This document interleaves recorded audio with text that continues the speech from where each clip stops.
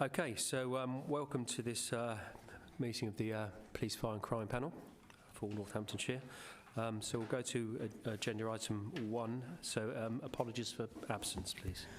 Through you, Chair, we have apologies for absence from Councillor Zoe McGee. Councillor Valerie Anslow was due to substitute, but I think she may... Oh, she's here. Sorry, I didn't see you there. And also Councillor John Paul Carr, Councillor Ken Pritchard, Councillor Russell Roberts and Mr Andy Frost, independent member.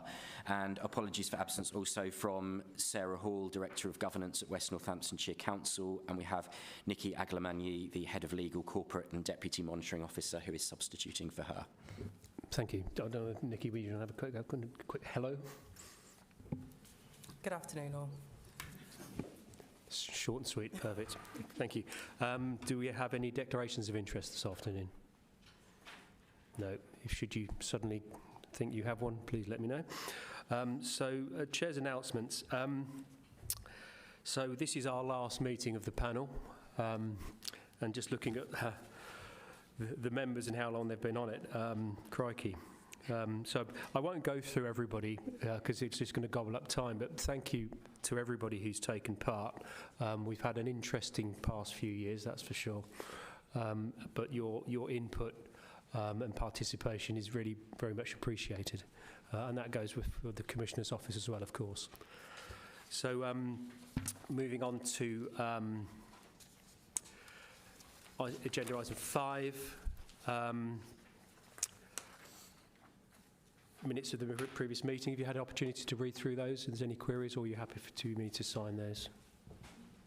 Okay. I'll sign them at the end. Right, so moving on to agenda item 6, flooding in Northamptonshire and the response by Northamptonshire Fire and Rescue Service. So we have got Neil Sadler here this afternoon, and Neil, you're going to take us through that. Over to you. Thank you. Thank you, Chair. I'm going to give a brief overview of how we, as a service, respond, prepare and carry out prevention activities. Is that better? There we go. So I'll give a quick overview of how we carry out prevention activities, prepare for and respond to all water incidents in the county. So we're seeing an increasing trend and our data shows a strong upward trend since 2022 for flooding related incidents. As you can imagine, some of these are seasonal trends around sort of the November through the winter period through to January, but we're also seeing an emerging trend through August and September. Now these incidents do cause a significant demand on our resources, as you could imagine, especially when we go into spate conditions. A lot of training is provided to our control room staff, right the way through to our response crews to be able to manage that and prioritise those calls. If you could move on to the next slide, there's a few bullet points there around prevention. So in terms of prevention, we have a dedicated prevention team in the county that work really hard to support local campaigns. They also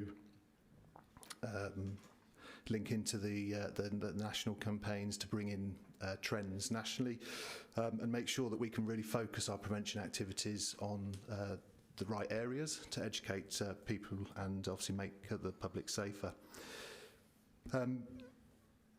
Bringing all that data into the county and reviewing the data and the response that we provide allows us to target our prevention activities. We work with various agencies to carry out prevention work. One of those is working with the RNLI to deliver a waterside responder scheme, and we've been delivering that since January 2022. And we deliver a number of courses a year to various businesses and agencies. We're also looking to develop that scheme, working with Northamptonshire Police to create a hybrid scheme that allows us to deliver training to our responders, so police staff, police officers that may attend incidents arrive on scene before us to make sure that Obviously, they're carrying out the activities that we would expect, and they're safe and able to effect rescue if required. We chair the County Water Safety Forum in Northamptonshire, so it's Northamptonshire Fire's responsibility to chair that safety forum, and this is where various agencies come and bring all the different data and risks and issues to allow us to work collaboratively and make sure that we are responding or targeting our prevention activities effectively. Working with other agencies, such as the environment agencies, we work with landowners, local authorities, and again, just to make sure that that education and that message is reaching the right people to ensure that landowners or areas of the county are safe, and we provide the right provisions to keep the public safe, and ultimately prevent us from attending. That's the main aim. Our protection teams also work with businesses where they have water risks on their sites to again mitigate the risk to members of the public and staff at those businesses. As I said, our primary role is to act as the rescue agency, leading on the life-saving and part of any flood response. We've got 32 flood areas identified in Northamptonshire.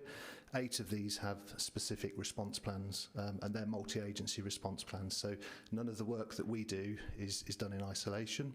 We make sure that we link up for our local resilience forum and the different agencies to ensure that there's a joint flood response across the whole county. I think you can move to the next slide.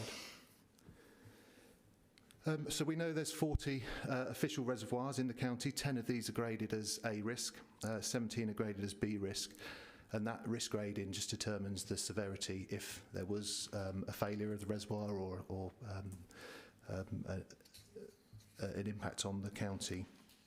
Within our service, we have a joint operations team, which is a joint team with police and fire. And that team works on all of the preparedness, links into the local resilience forum, which is a group of agencies across the category 1 and 2 responders. The joint operations team is our link into the local resilience forum. So all of our risk information that's held for fire, and we have a number of water site-specific risk inspections. Apologies, I'm trying not to use acronyms, so having to stop myself. So all of that information we can share with partner agencies to make sure that the preparation of responding to and then ultimately the recovery is as effective as possible and causes the least amount of impact on members of the public.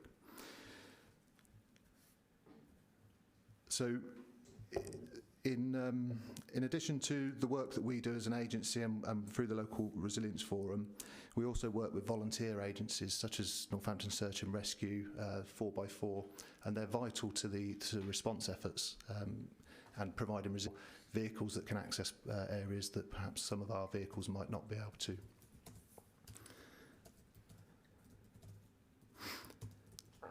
So when we respond to incidents, as I said already, it does create a significant demand on our resources. And to manage that, if our resources are deployed at incidents, we start looking to support from other fire services. So part of our 1316 agreements allows us to bring resources in from over the border.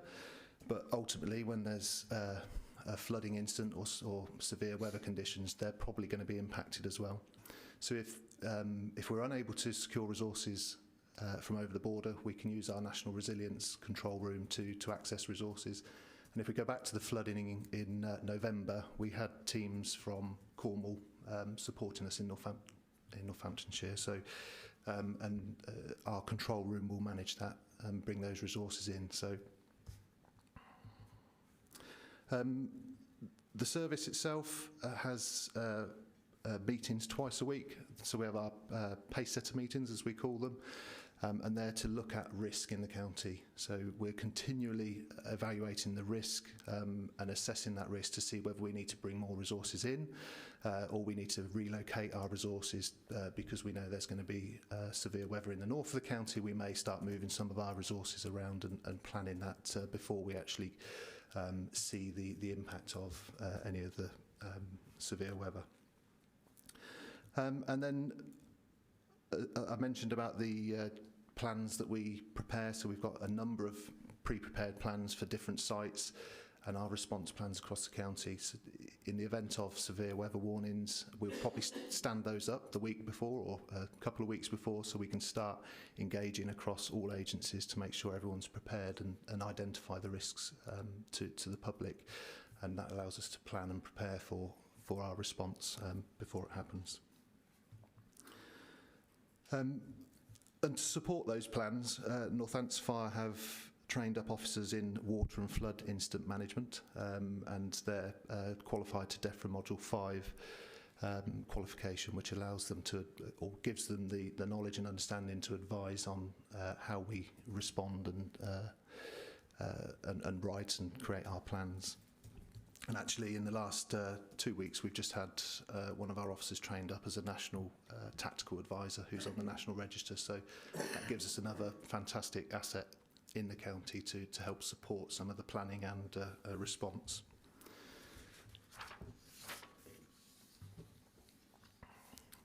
Okay, so and moving on to the response, and this should be the smaller part, because if we do the planning, the prevention and the preparedness side, we ultimately don't want to be responding to incidents, because that's what's going to cause the impact and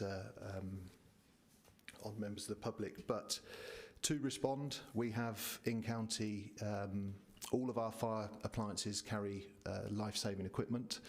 All of our fighters are trained to DEFRA Module 1, which is flood water awareness, and allows them to carry out bankside rescue.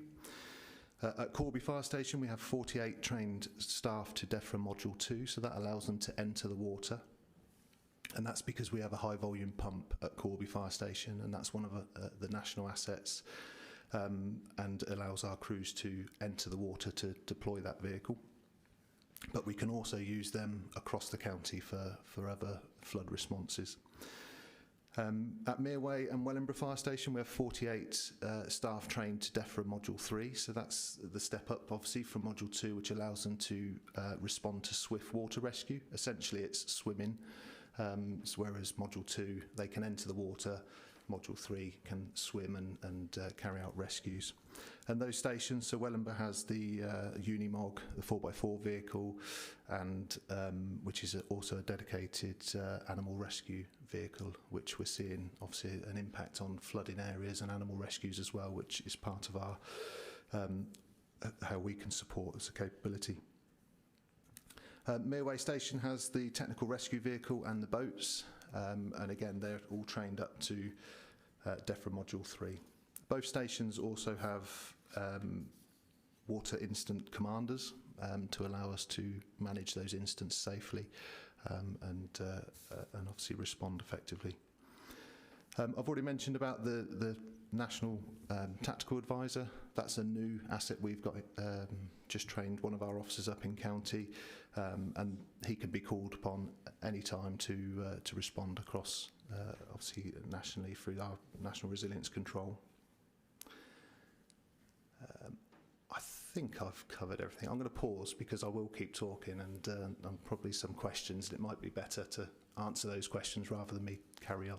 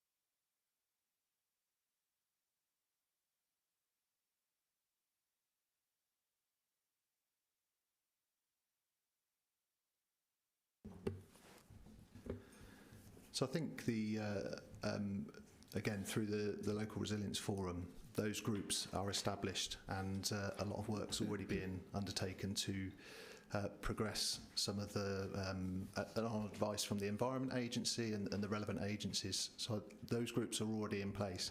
My view would be that as agencies, different agencies, we need to make sure we maximise the attendance of those and make sure we raise the points at those meetings so that we can progress them. But there's no one thing that would stop flooding. We need to work on many different areas to make sure that we're clearing the drains and all those kind of things. But again, that's part of the planning, and I'm not sure if that answers your question. Apologies.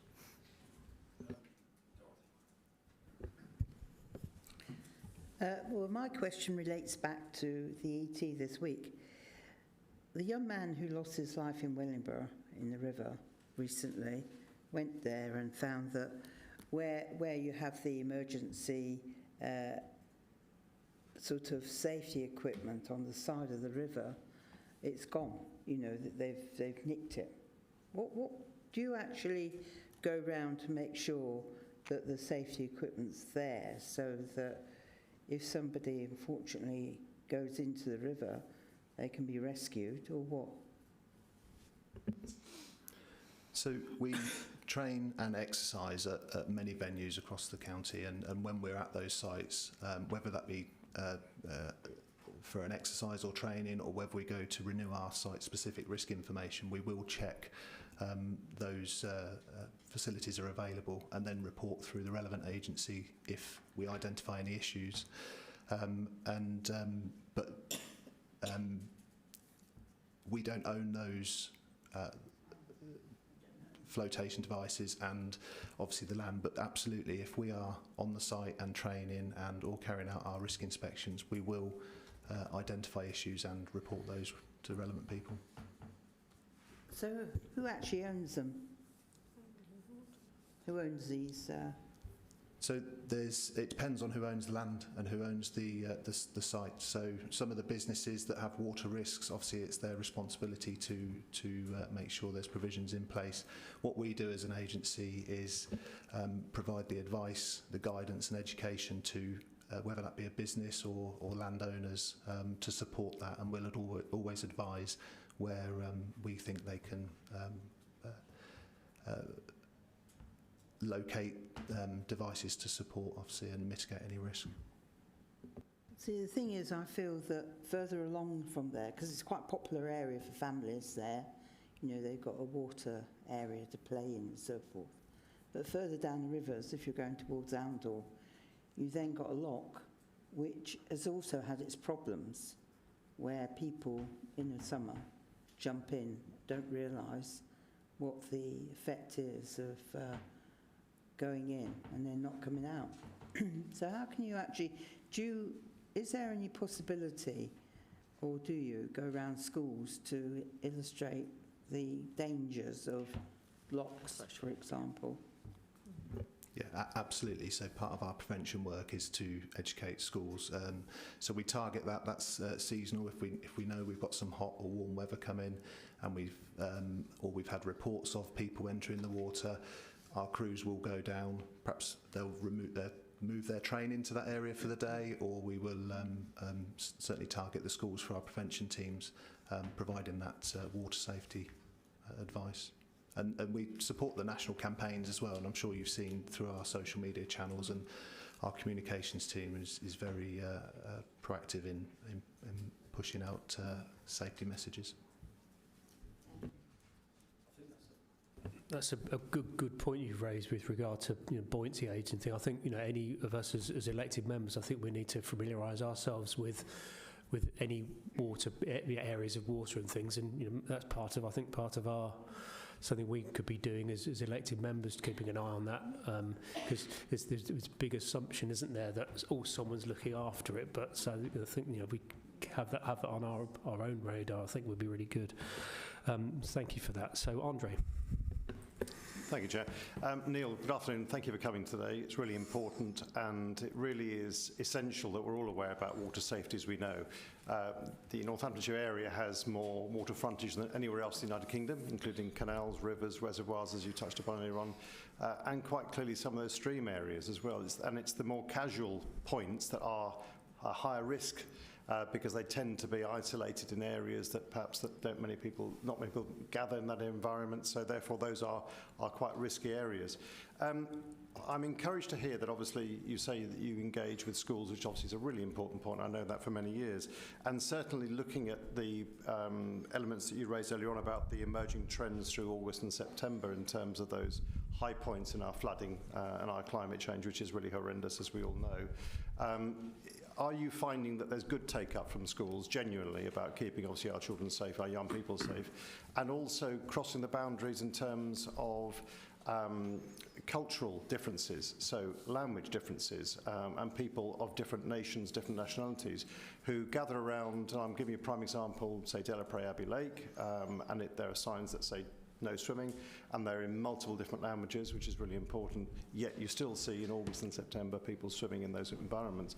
Not suggesting that that's a dangerous place, but those signs certainly make it very obvious that no swimming is advised. Do you, or are you able to get through in terms of multiple channels, not solely in English, but to others and other languages as well? Thank you.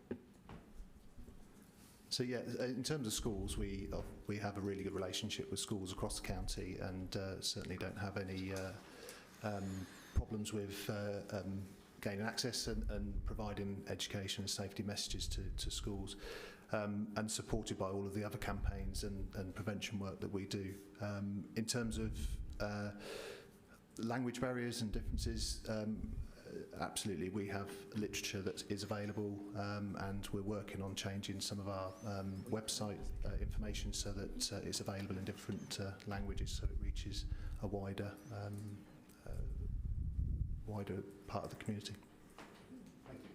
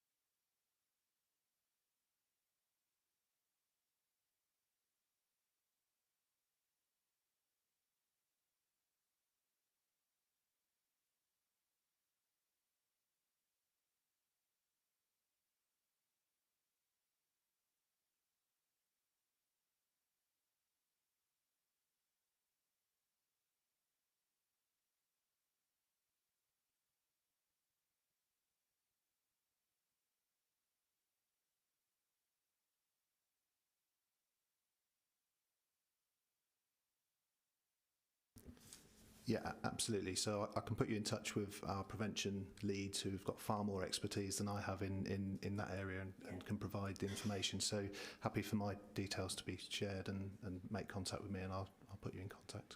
I think there's some sort of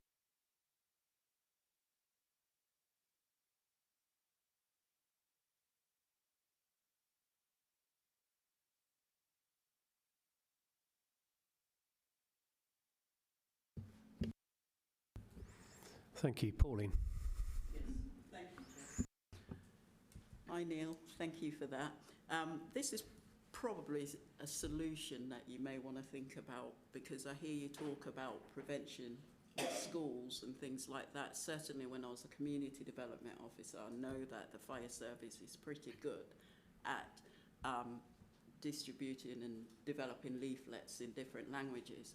But we also have a lot of youth clubs and community groups around Northamptonshire.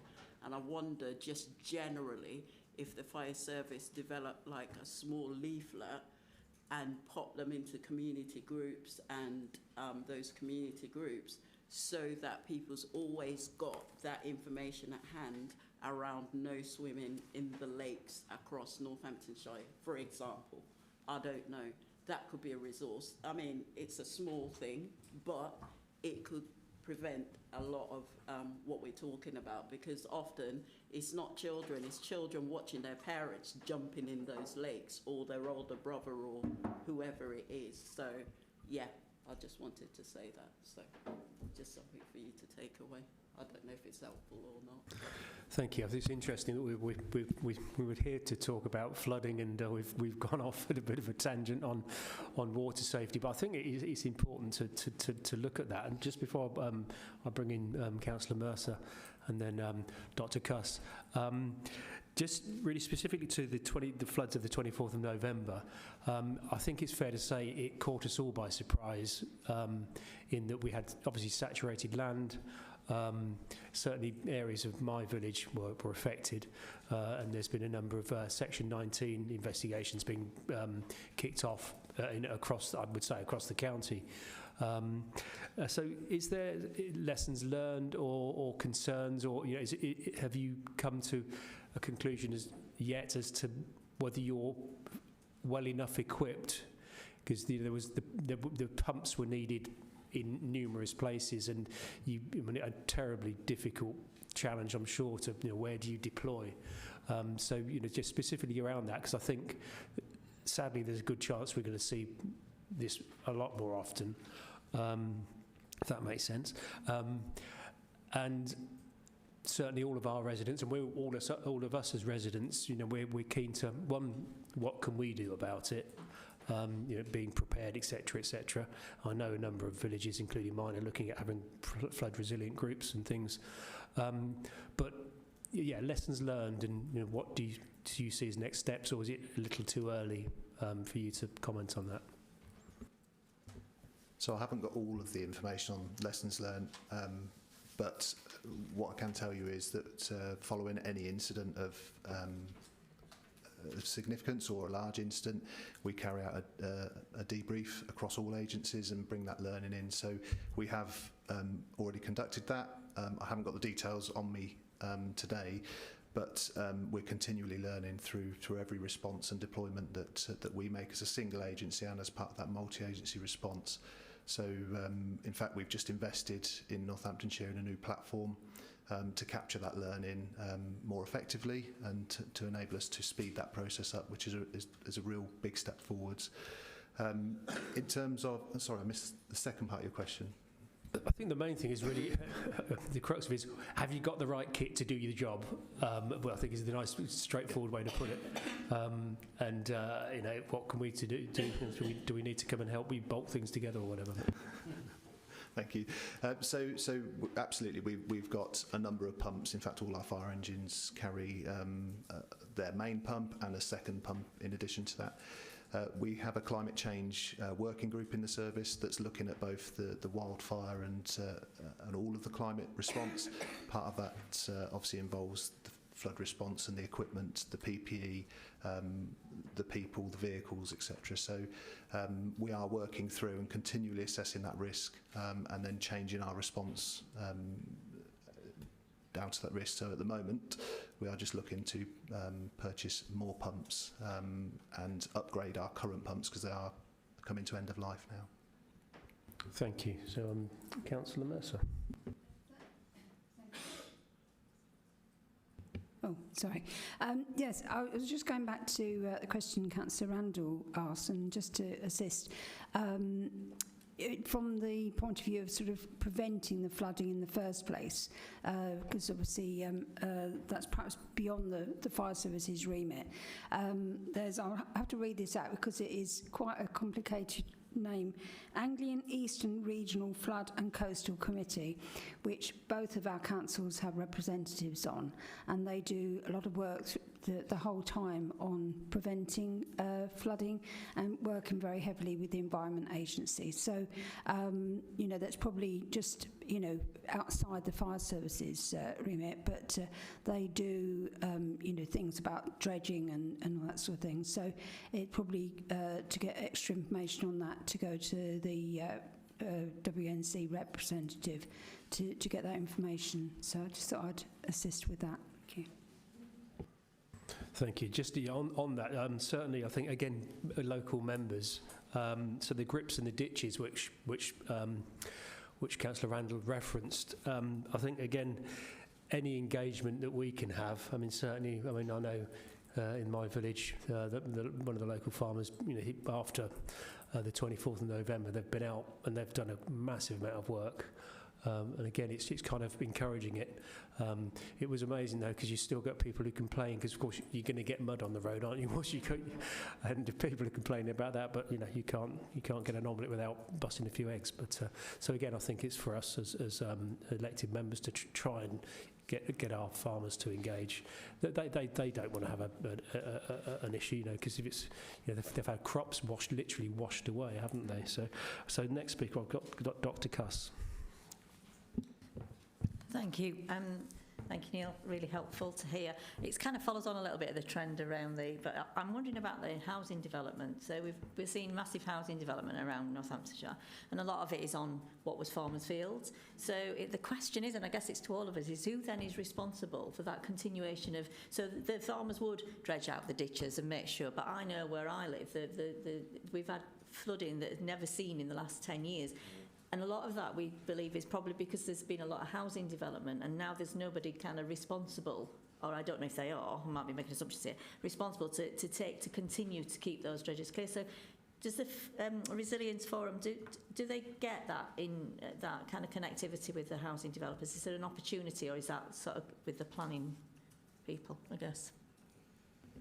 Yeah, that'd be with the planning people, so...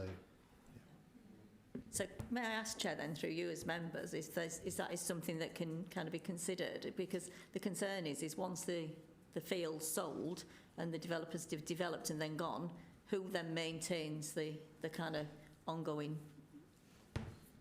maintenance of the field so that flooding doesn't happen? Well, you have flood attenuation ponds and things like that on new developments. I mean, it is absolutely a planning consideration, but certainly the challenges we see. I certainly think from the floods that we had recently. I mean, I live in a village where the River Nen goes literally at the end of my garden, and that didn't flood. All the flooding came, it was surface water flooding. So clearly those maintenance and things, but that's down to the developer and us as planning authorities to ensure that when there is absolute risk, then their permissions shouldn't be granted, of course. But there is maintenance, and again, that would be down to. Well, ultimately, I guess I'm not sure, actually I don't know with the flood attenuation ponds when they come across to us, if they come across to us, or someone else might know that, but there's a question we'll get answered. Thank you for that. So the next speaker I've got is Councillor Anslow, followed by Councillor Randall. Yes, I just want to pick up on what Dr. Cuss, is it? Basically, she was saying, what I was thinking there, there was a development in a place near Wellingborough where the drainage off the fields just went straight into people's gardens and then homes. It was a new development, exactly what we were saying there. And in a way, that development perhaps shouldn't have happened, but you can't, once it's there, you need to then deal with it. But the farmers have engaged with the residents and have actually cleared those drainage ditches, and it is working better. So it is, we've got responsibility as councillors to make sure that the planning that we agree to is fit, and that there are things in place if necessary.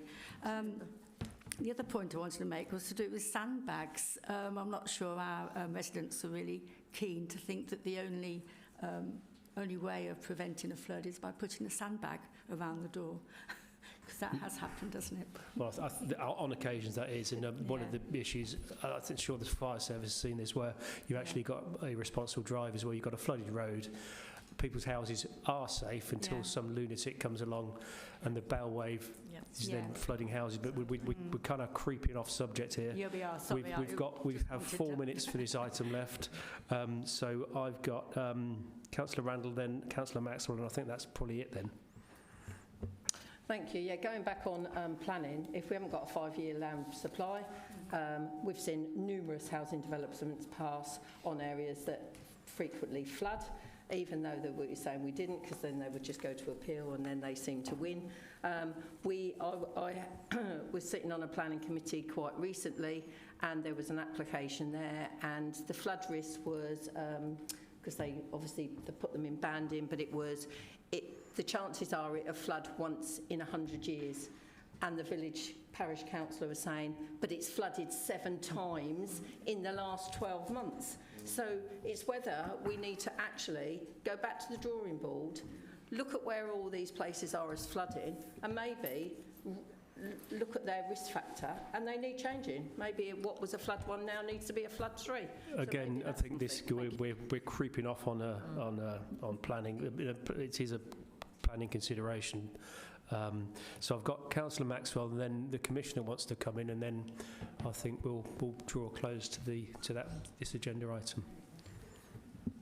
I was interested to hear that Moulton fire station is going to be rebuilt, but when exactly is that going to happen? And do you think you have enough equipment to actually deal with high-rise buildings? Because as things have changed, the buildings have gone up, and it's whether or not... Councillor Maxwell, we have actually spoken in, I think, the previous meeting about the high access tender. I'm not quite sure what its technical term is, but a great big Tonka toy, but it's a... but we'll move on for that if you don't mind. So we'll go to the Commissioner, and then we'll let Neil sort of tie things off. Thank you. I just wanted to respond to a couple of things, if that's all right with you. I'm immensely proud of the capacity we've got in this county, actually, around climate emergencies.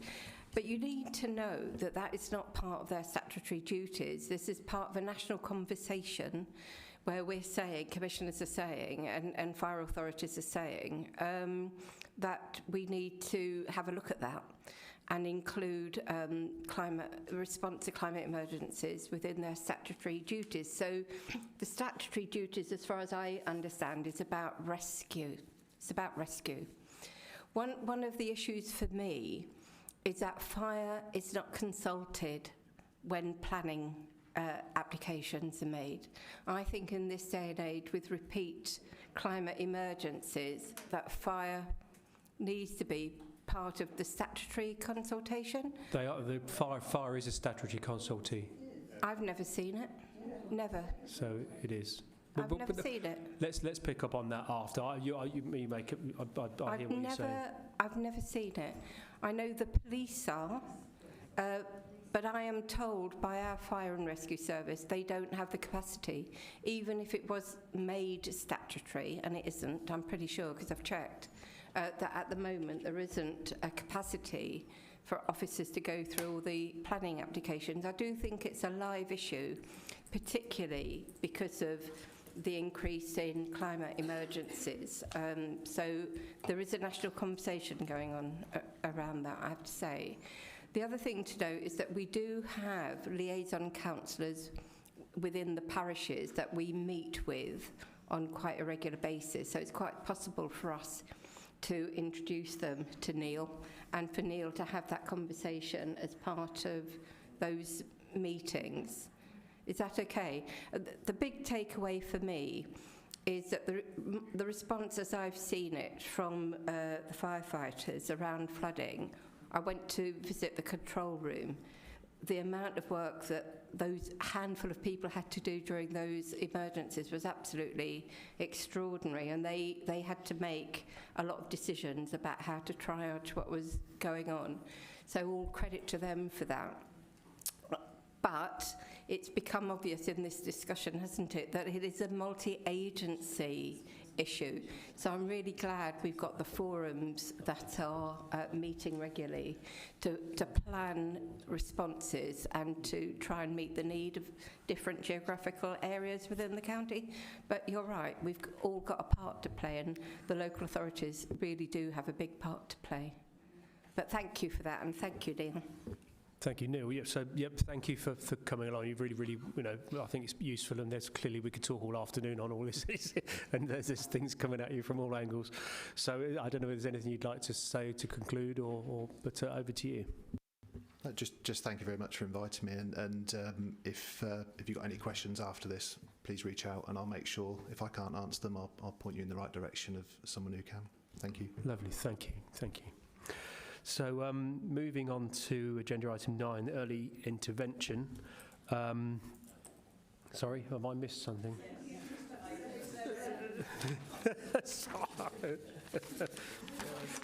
You see, when I haven't got James by my side, I completely lose my way.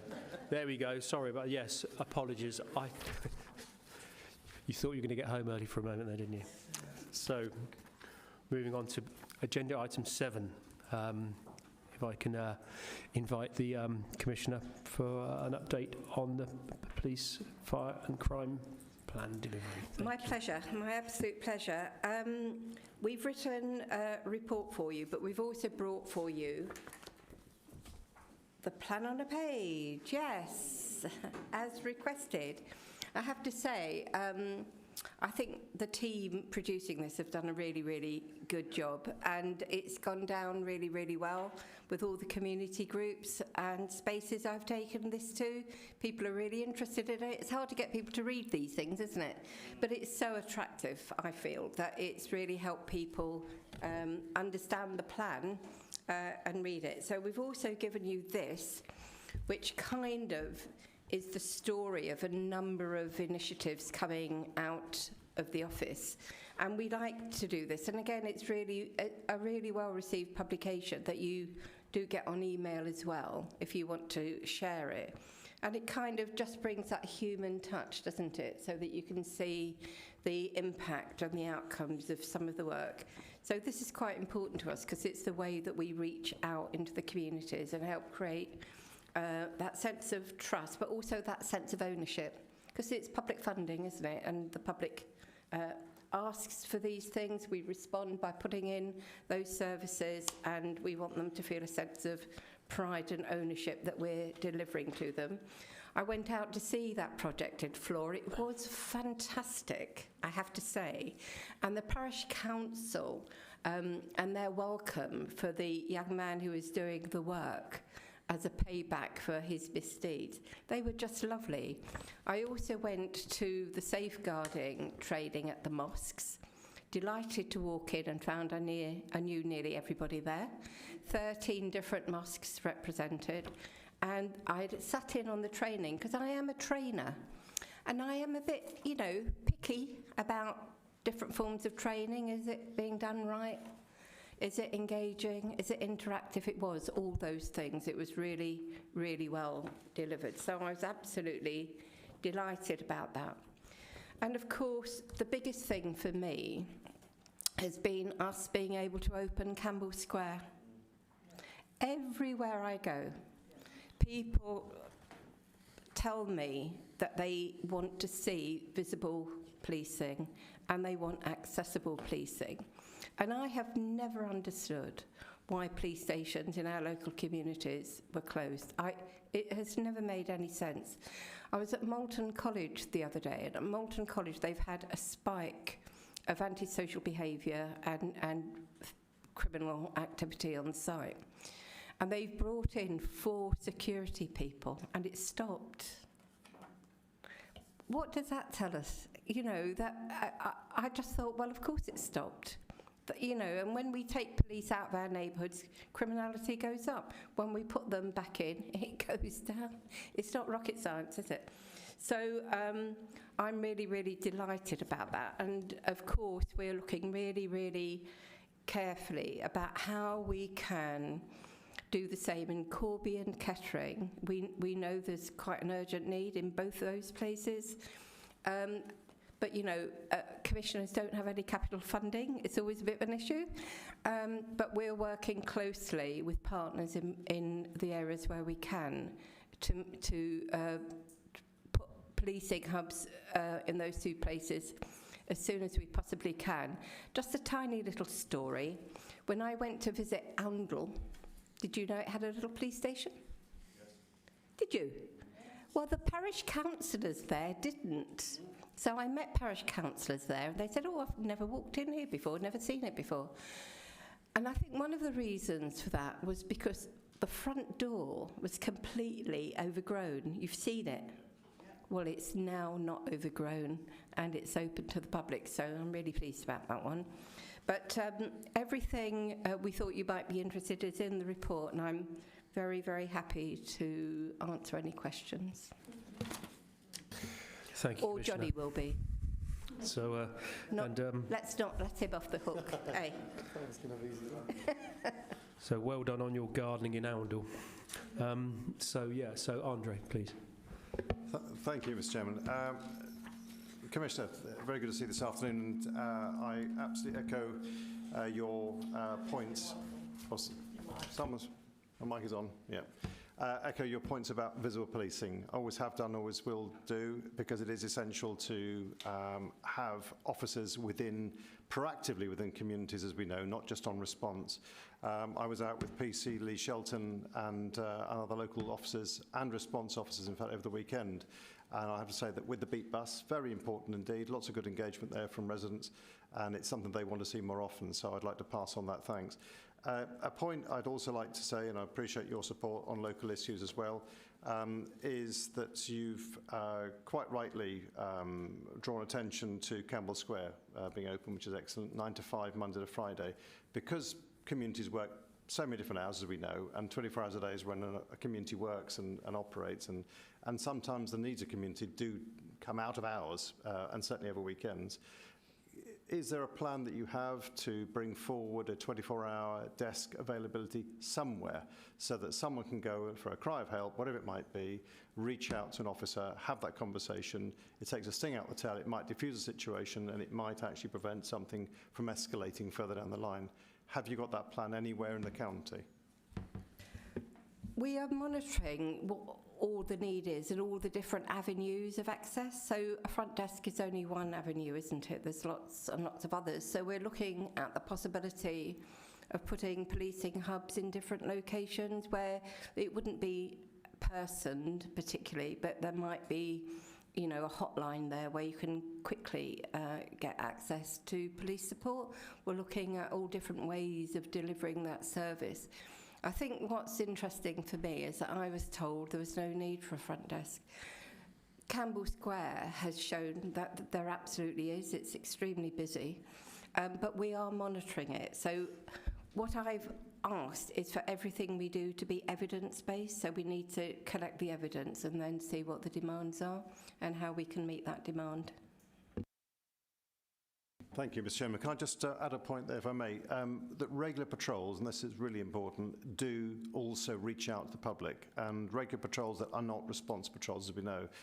Certainly in my residence in West Hunsbury, Camp Hill, that environment there, they are desperately keen to see more police officers on a regular patrol. So that would be really helpful if you could achieve that.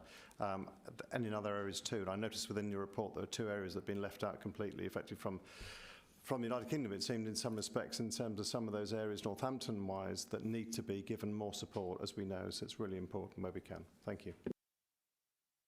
We have just received additional funding from the government for neighbourhood policing. That might come in different, I mean, obviously how that happens isn't for me to say, it's for the chief. But the likelihood is that we will be getting more PCSOs, more specials and more neighbourhood police. People are telling me, and you know, because you've already received the presentation, that the police have got a neighbourhood strategy. And I am being told on my trips around the county that people are seeing more police presence. So I'm really, particularly in Rushton actually, I've had 2 reports quite recently about that. So I'm really pleased about that. But we're at the beginning of that reshaping of, you know, policing in the county. So we're on the journey. Thank you. So, Councillor Anslow. Yes, I'd like to say, yeah, thank you. I've noticed the increase in Wellingborough of people on the beat, you know, officers on the beat. And it's really good to have a police station that's open. And tonight at full council in Northampton, we will be discussing Corby, because there is a need there for a presence, because, you know, problems have arisen, and if you haven't got people actually, and for the size of Corby, you know, I think it's the largest, isn't it, in North Northants, largest town, it might be, or nearly, that it should have a police station which people are able to go to. So I'd like to thank you anyway. If I could just respond to that, me and the chief did a walkabout in Corby recently, and he was as shocked as I was to find how little policing resource Corby has been left with. You've got two neighbourhood officers. Your response teams are in Kettering. It's absolutely outrageous. And, you know, we know that young people in Corby, it's only a handful, but, you know, they have a high impact, like in Wellingborough, like in Kettering, young people who are behaving really, really badly. That isn't just a policing issue, that is a multi-agency issue, actually. But not having police at hand doesn't help. And, you know, we are looking at properties. Val, you can tell the council tonight that we have been for quite a long time looking at properties in Corby. There are issues because we need to have a property that's centrally placed, that's got parking. That isn't an easy thing to identify. And we've looked at in the town centre, there doesn't seem to be very much available there. So we are looking at other places. And obviously, as soon as we find somewhere, we will let the councillors know. So the Chief Constable was shocked on the resources in Corby. Did you hold into account? I'm surprised he was shocked. Surely he would know that. Well, he's only just become the Chief Constable, and this was somebody else's decision. The previous commissioner closed the police stations down, and the previous Chief Constable decided we no longer needed neighbourhood policing. So the Chief Constable is on the same mission as I am to reshape all of that and put people back into neighbourhoods. I still stand shocked. Councillor Maxwell. Oh, thank you. I would say it's like... No, sorry. Got Councillor Maxwell, and then we've got Councillor Randall. I gather, actually, that you're actually going to open the police station in a police station in Corby. But what about the other count? Like, for instance, you're saying Wellingboroug's open, but Kettering, Rushden has no doorbell, but it's not open. It's never been open for the last 10 years. And these places shouldn't be left out. What I'd like to ask is, what exactly is going to happen? Why Corby and not the other areas? You know, why are they being left out? Nobody's going to be left out, Dorothy. It's a question of priorities. So it's about being evidence-based and seeing where the greatest need is. And we obviously want to meet the needs of the local community. And I think being evidence-based is really, I've said it before, is really, really important. So we know the crime rate in Corby has gone up. We know Kettering has got the highest crime rate in the county. So there are obviously going to be priorities, but that doesn't mean we're not looking at everywhere else. In fact, the Chief has got a plan to have 16 different policing hubs across the county. And he's engaged and his team are engaged in discussions with all our partners, because obviously they won't all be standalone stations. A lot of them will have to be located in community hubs to share the risk and share the expense. And for me, that's good. I like multi-agency working. That's really good. But it takes time. But that is the plan. So there is a strategy. There is a plan. And we're just, you know, we're on that journey to meet that need. What I'd like to ask, actually, is that you've actually gone ahead and announced that you're going to open the one in Corby, but the others don't seem to get taken into account. And I just feel personally that there are quite a lot of people who are cross about this, that you seem to think that Corby should be the kingpin of having this hub, but the rest of us will just have to wait. And I just feel that the residents need to ask, where is the money coming from? Because these hubs aren't cheap to run. You know, you've got to have the staff there. You know, how does this actually stack up, because the villages also need to be taken into account. But it's the fact that not having somewhere where people can pop in, they can now pop into Wellingborough, but on the door, it doesn't actually say what time it's open to. I've responded to that already, Chair. Everything is going to have to be evidence-based. Yeah, that's it's data, isn't it? Absolutely.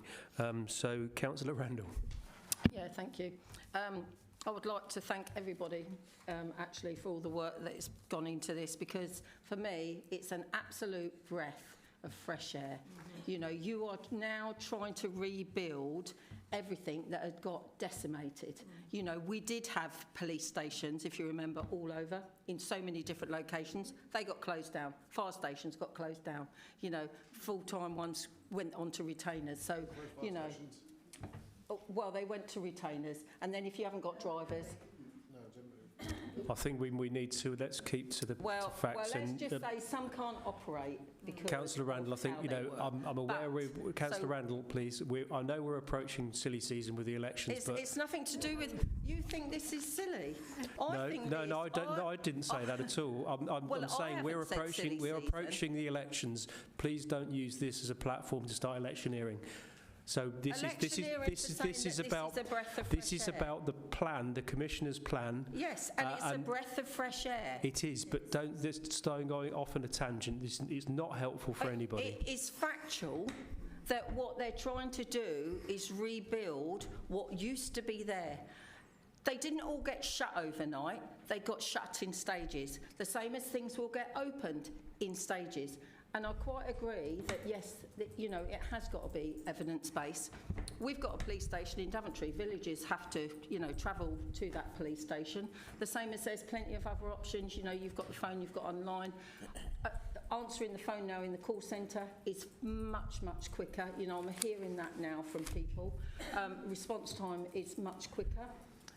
And, you know, and people are really looking forward to seeing more police on the beat. Campbell Square, brilliant, you know, that's reopened, you know, and like you said, it's proven that, you know, it is needed. And, you know, and to me, what I read in here is what is being reflected out there. So, you know, you know, you're doing a grand job. Thank you.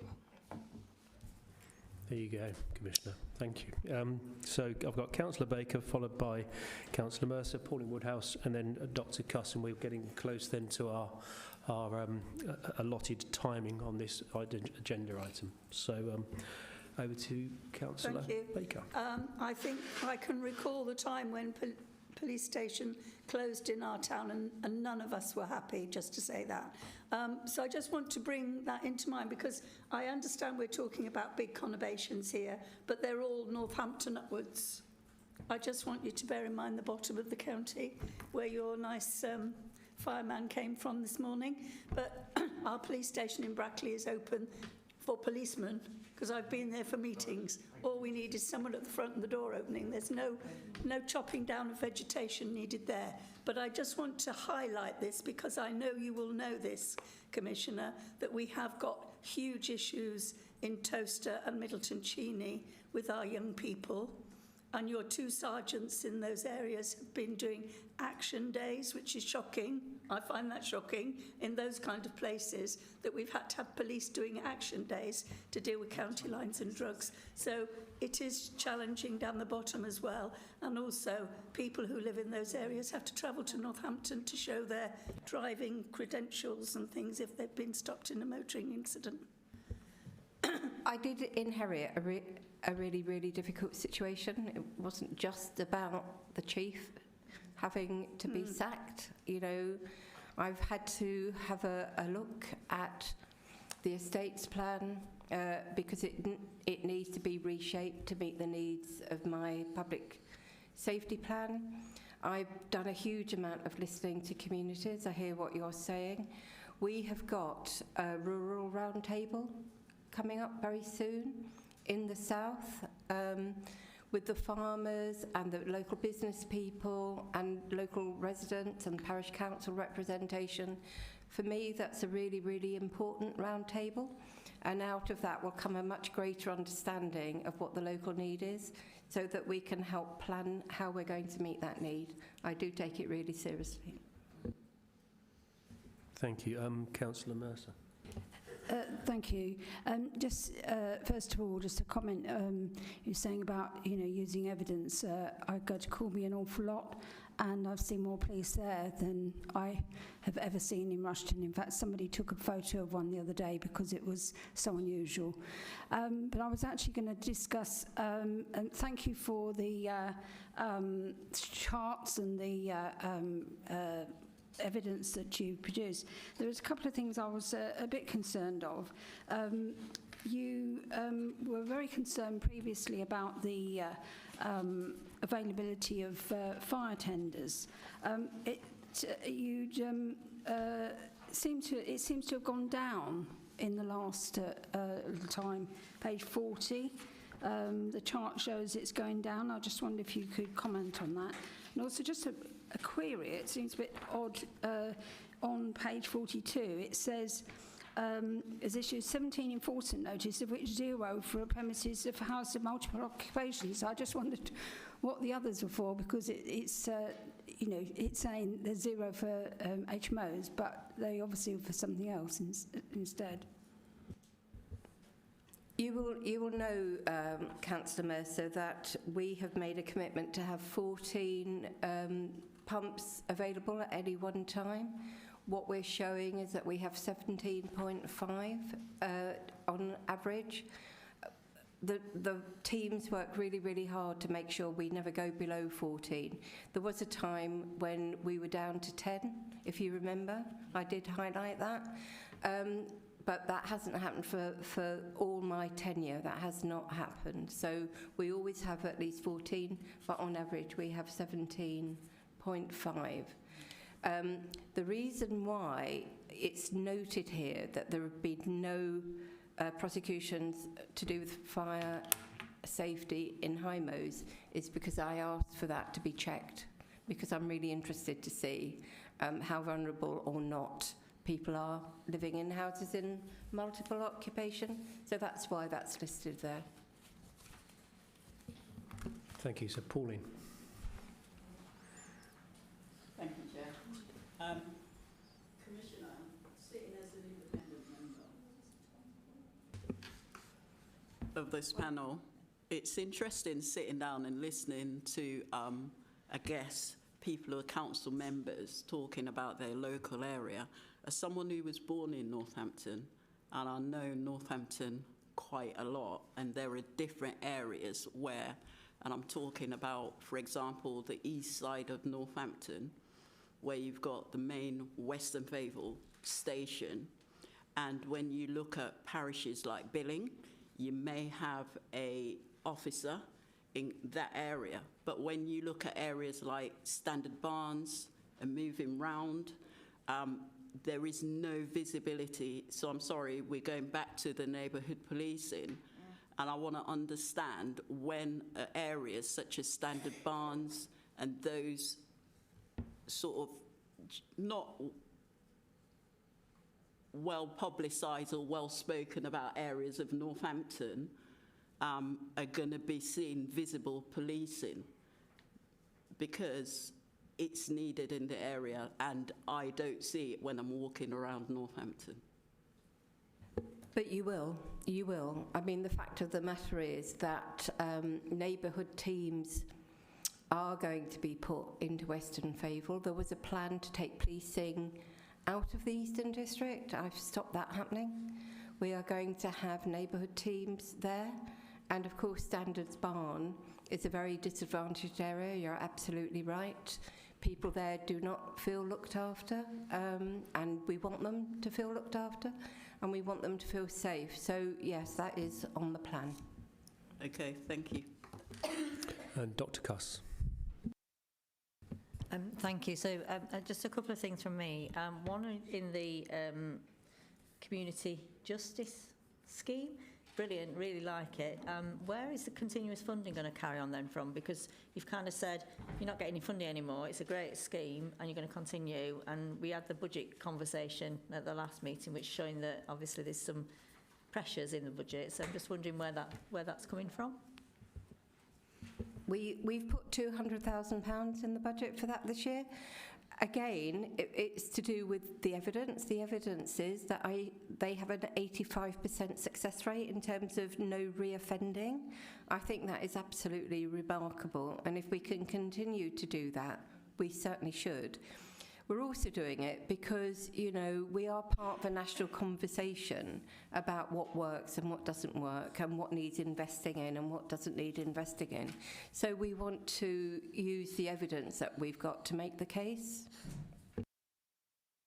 Can I just Can I just add to that point slightly? The other thing that we want to do, particularly with things like the Community Justice Scheme, is to look to build the case for partners to invest alongside us in this work. So the Commissioner might want to talk to how she's convening partners across the public safety sphere, but essentially we're looking to not do what has happened historically, where government funding ends and good schemes end, and instead to see if we can maximise the success and find a way to keep things working by working together in partnership.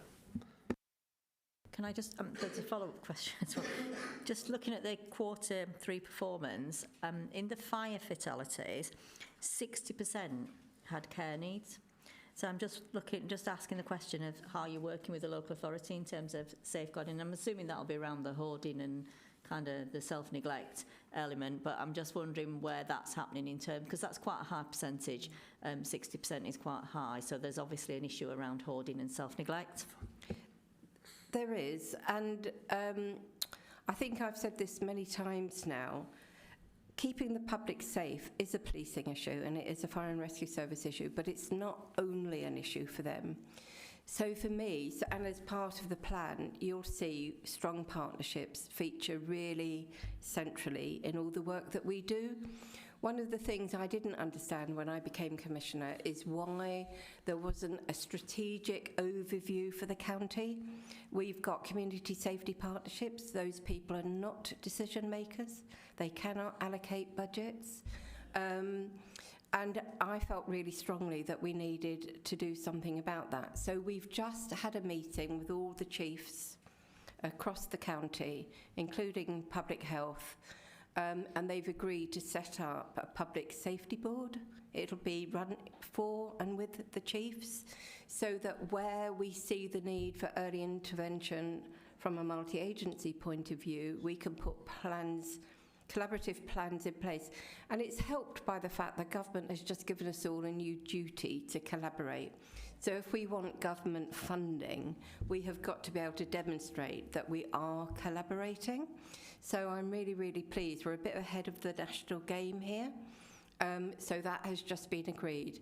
And I'm hoping that we will be able to add resilience to the work that all of us do by knowing exactly where the join has to come. Thank you. We're going to run over very, very slightly, but on where are we? Yeah, the successes with the children going missing. We touched on this in the briefing on. I don't know whether you want to elaborate now or not, but we touched on training of officers when they know that they're dealing with a special educational needs child, because there's been some concerns raised. And I just really following on whether you'd had opportunity to look at that as yet. Basically, it's in relation to police officers, if they're aware. But this is for the panel's information. If the officers are aware, have they got training? Because dealing with a child with a special educational needs is a very, very different scenario. And I was made aware of an instance very recently where, I won't elaborate further, but the Commissioner's aware of this. So I asked the Commissioner about training for officers specifically, and I just wondered if you got anywhere with it as yet. I know we only spoke on Monday, so I'm not expecting you to have done a great deal. No, but I take it really seriously, and my view is the same in this instance as it is for everything. You know, if we manage and relate to our most vulnerable people in the best way possible, that is good practice, and that should be happening across the board, frankly. So I will take it up.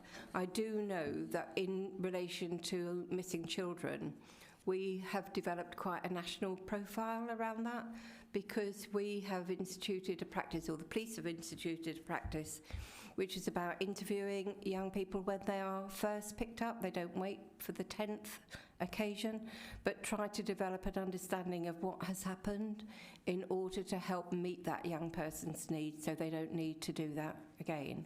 So I'm really happy with that practice. But, you know, there's always a lot more that we can be doing, and having trauma-informed practice and having a special awareness around the needs of SEND children, really, really important for me. So thank you for that. Okay, I will let Councillor Baker come in, because I know she's got a huge amount of experience, and I know her passion on this subject. I just wanted to sort of say a quid pro quo in that way. We're doing some training with all the staff in our own children's homes, because one of the things that upsets our neighbours in the areas is when 3 police cars suddenly come screeching up the road and park outside a children's home, because our staff are reporting behaviour of a child in the house to the police. So A, could we just send 1 car? That would be good, and not screech along the road as if, you know. And B, we are actually doing a lot of training with our carers to say how to manage this behaviour without calling the police, because it's a two-way journey, isn't it? But the reason that I can't get children's homes through the planning department is because the neighbours all relate to that happening. So between us, that's our only way forward for success for both of us. So we both need to work together on that one. Thank you. Thank you. Well, we've only run over for about 3 minutes, and we covered a lot of distance in that 3 minutes for that last little bit. So thank you for that. So that draws us to conclusion on item 7. So we're on to agenda item 8, the work of the Deputy Police, Fire and Crime Commissioner. So over to you, Commissioner. Thank you. Marianne has been in post working with me since July, and I cannot tell you how pleased I am that I have a deputy. How 50% of the commissioners work without one is absolutely beyond me, because we have such a huge job to do. It's massive. I'm responsible for 3 big departments: my own office, the police and fire. I'm also answerable to the whole of the community, 800,000 people, very, very mixed, diverse demographics across the county. So I have found it really important. One of the things that Stephen Mould said to me before I was elected was that being a commissioner was a very lonely thing. And he did offer to support me, I have to say. I declined his kind offer. But I don't feel the least bit lonely, I have to say. I feel that I have got a really solid political backup. I'm a political appointment. I've been elected politically. She's a political appointment. I feel really well supported in my political vision for what needs to be happening. I also feel really, really supported by my office, I have to say. So I don't feel the least bit lonely. I think having resilience within the Commissioner's office is really, really important. If I'm not available for something, then usually Marianne is. If I go on leave, I'm not leaving a vacancy, because she can step in and play my role very well as well. But she brings with her her own strengths, and I am absolutely delighted by that, you know, that her strengths complement mine. We're not duplicating, they complement mine.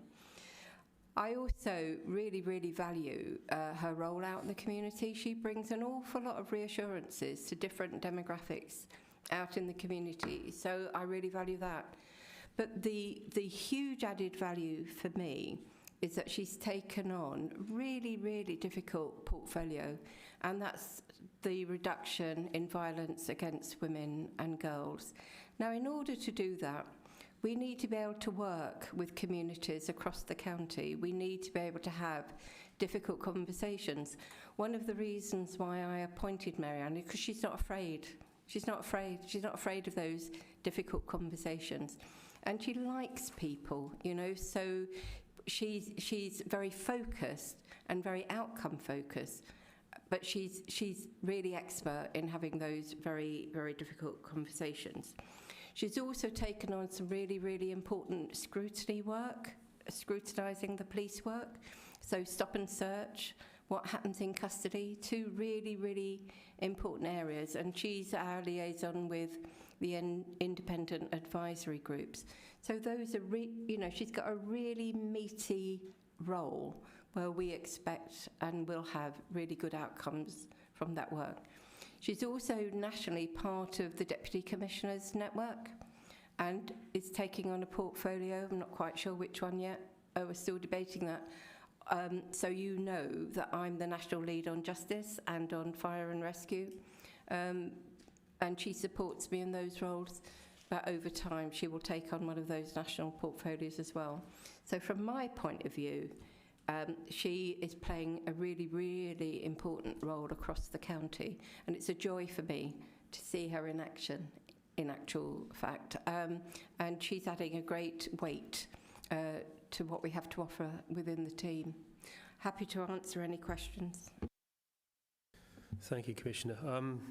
I don't know whether it's enthusiastic or not in relation to the national portfolios, because I'd like to think that our people are here doing our bit, but that's not a question. It's just my thoughts. So I've got Councillor Maxwell would like to be the first speaker. Well, I think this role sounds really great. However, I would say that maybe I'm overstepping the mark here, but I think from the panel's point of view, we felt that we weren't consulted whether you were going to have an assistant. That's fine. But equally, we didn't get a CV, where most people have to give a CV. Councillor Maxwell, we've covered this previously. Right, The Commissioner doesn't have to do those things. So that's right. You don't have to tell us what's going on. But however, from the public point of view, which we represent as councillors, that they were asking these questions. It wasn't a case of us just sweeping it under the carpet. But I do think, whilst I think your report about what she actually does needs to be a bit more explanatory. For example, in 3.4, you say about the work she actually does. How is this actually undertaken? You don't actually specifically say in that piece of the report. So we've not seen her. Well, maybe I haven't seen her, but I don't think we've had any contact with her on north of the county. And is that correct, or am I not? That's not correct. She has been to Corby and Wellingborough, very definitely. Right. Thank you. Thank you. Andre. Thank you, Chair. Just a couple of points, and I'm pleased that obviously you're working your office hard, which is really important, and quite clearly the multiple areas of responsibility that you have are considerable, and I completely understand obviously the need to have a sort of right-hand person there. In terms of that area, you obviously indicated that quite clearly that your deputy steps in with vulnerable groups, women and girls, and obviously children and young people, I imagine, as well, possibly. And clearly we're covering a whole multitude of things and seeing what you're involved in. I'm glad that you have the ability to share that workload. Just give us obviously a certainty that as she's also scrutinising the police, as you've mentioned some of their work, that she has a full DBS check, an enhanced DBS check, as obviously we've all had a DBS check here as councillors. That's obviously been completed, I imagine, as yours has, clearly. You'll know that I take vetting and ethical standards really, really seriously. So we didn't have to, but both of us, me as the Commissioner, her as the Deputy, have agreed to go through vetting. Mine has come back and I'm cleared, so thank goodness for that. I have an enhanced DBS. Marianne has an enhanced DBS. She's going through the vetting procedure at the minute. It's something, we're leading by example. We expect everybody to have a very high standard of vetting. Thank you. It was just a peace of mind scenario in terms of obviously the multiple groups that clearly she gets involved with on your basis. Thank you. Councillor Randall. Yeah, thank you. Obviously, we have discussed this position in length before, and as you'd rightly pointed out, it was your political choice. That's what you felt that you wanted to do. And yes, we have got DBS checks now, Andre. Shame we didn't have them long before, though, because it took a lot of pushing to get there. And, you know, look at the councils. We've got a chief exec, we've got deputy chief exec, got two, you know, haven't we? So, you know, you're happy with a job role, it's all within your budget, everything seems to be going in the right direction, so, you know, I'm happy. Point out that all of those people that directly were involved with children have always had the DBS checks. I've always had them in my school. Yep. Those are actually weak children. Thank you. So, Councillor Anslow, please. I'm not sure if that's the case in Northants, actually. DBSs are not something that's expected by all councillors, and maybe we should be. And I think that is something that will be discussed, you know, once we get the new council. But I'd like to, you know, say again from Councillor Randall that I think, you know, any senior position that you have, Danielle, should have a deputy. If in any organisation, there would be somebody at the top and they would have a deputy. And she obviously brings along skills and enhances your role. She's able to take on some of her specialisms, which is great to see. And I think it enables there to be a strong partnership between you and her. You know, I'm sure she challenges you, I'm sure, sometimes, but she also supports you. So again, I would say that this report is fine, and I'm really pleased that that's the case. Thank you. Pauline, did you want to speak? Yep. Please.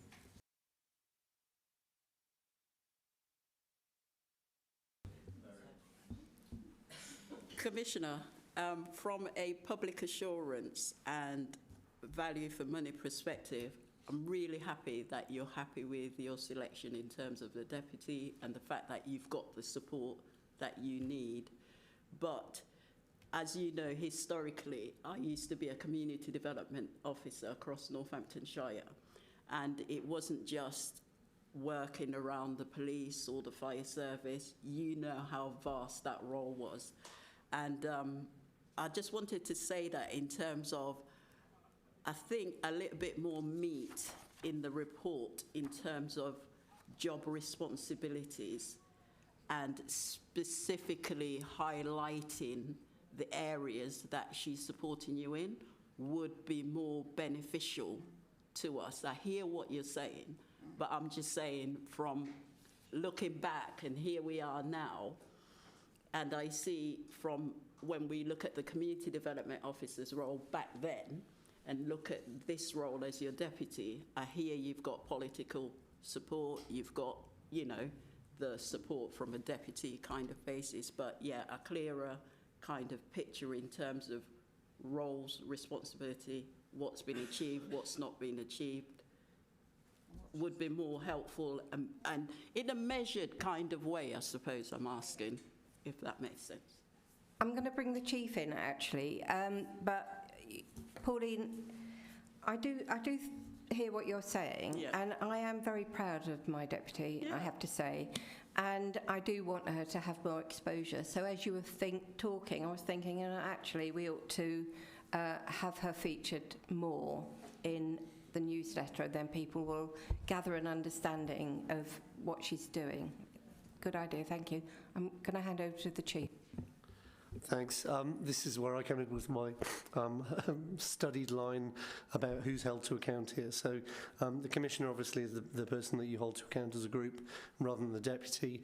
And in fact, whenever you see reports from the Commissioner on delivery across her plan, on everything that you see today, that encompasses the work of the Deputy. So the fact that we've got a specific report today, we're happy to provide a specific report as it was requested, but actually, statutorily, this is about scrutinising the Commissioner, not her political deputy, or in much the same way that you wouldn't directly scrutinise the chief officers.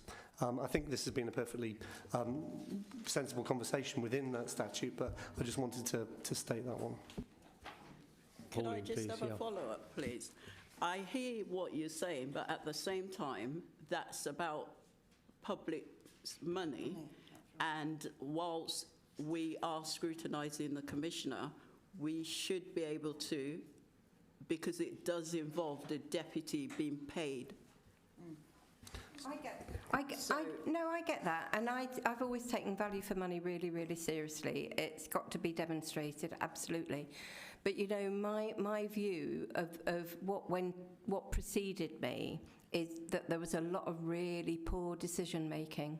Now, you may not agree with that, but that is my assessment of what happened, and I think that a lot of that was attributed to things I will never understand, but some of it was about there was no collaboration, there was no testing. You know, if Marianne kicks against something that I'm saying, I take that really seriously, and I value that opportunity to share ideas and have that challenge, and she provides that for me. So I check, because of the history of what's gone on and that really poor decision making that actually cost the hugest amount of public money. I don't want to fall into that trap. I don't want that to happen under my tenure. So really good decision making is really important for me, and testing things out is really, really important for me. And she plays a really important role in that. So from my point of view, that is excellent value for money. I do not want to spend public money badly.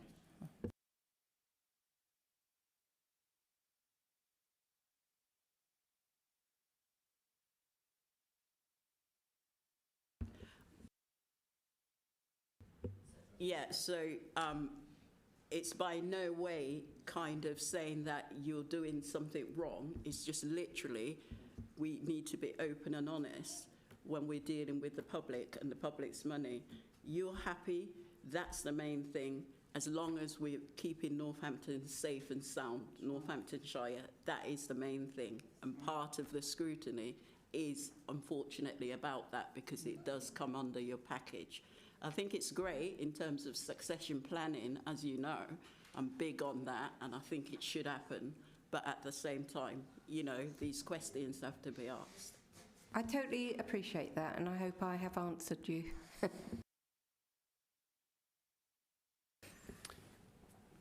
Anybody else?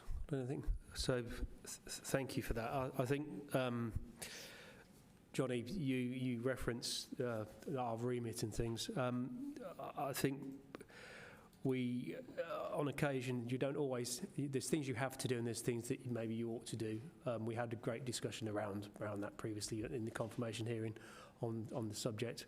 But I think, you know, we've got a little way to go, I think, for me to feel as comfortable as panel chair, to be constantly reminded of our remits. I've got Mo here that will keep us on the straight and narrow. But anyway, thank you for that report. I think it would have been useful with a bit more in there. But you know, it's, you know, we're all on an improvement, aren't we, in learning and things. But you know, there's just interest in what the deputy does. We haven't had one before. So yeah, any information you can bring to the panel, I think it's very, very much appreciated. But thank you for that, and I think everybody's had their input. So perfect.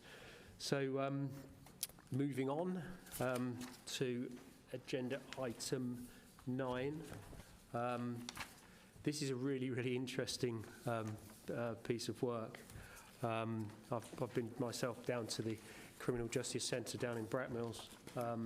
And anyway, over to you, Commissioner. You've got the report, Chair. It provides you with an update on the work delivered by the early intervention team in the wake of last year's scrutiny review. It's quite straightforward, and I'm happy to respond to any questions. Thank you. Councillor Baker? I was just going to back up what the Commissioner said, actually, that this is one of the best piece of works that we've actually done to stop our work on our young people from continuously reoffending, and it's been hugely successful.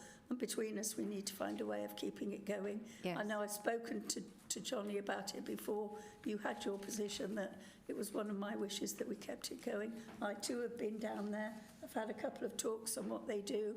I've seen the unit, and it's one of our big successes, isn't it? So it is. Councillor Mercer? Oh, Thank you. The National Association of Police, Fire and Crime Panels was investigating or just doing a little check the other day on the size of offices of police and crime commissioners.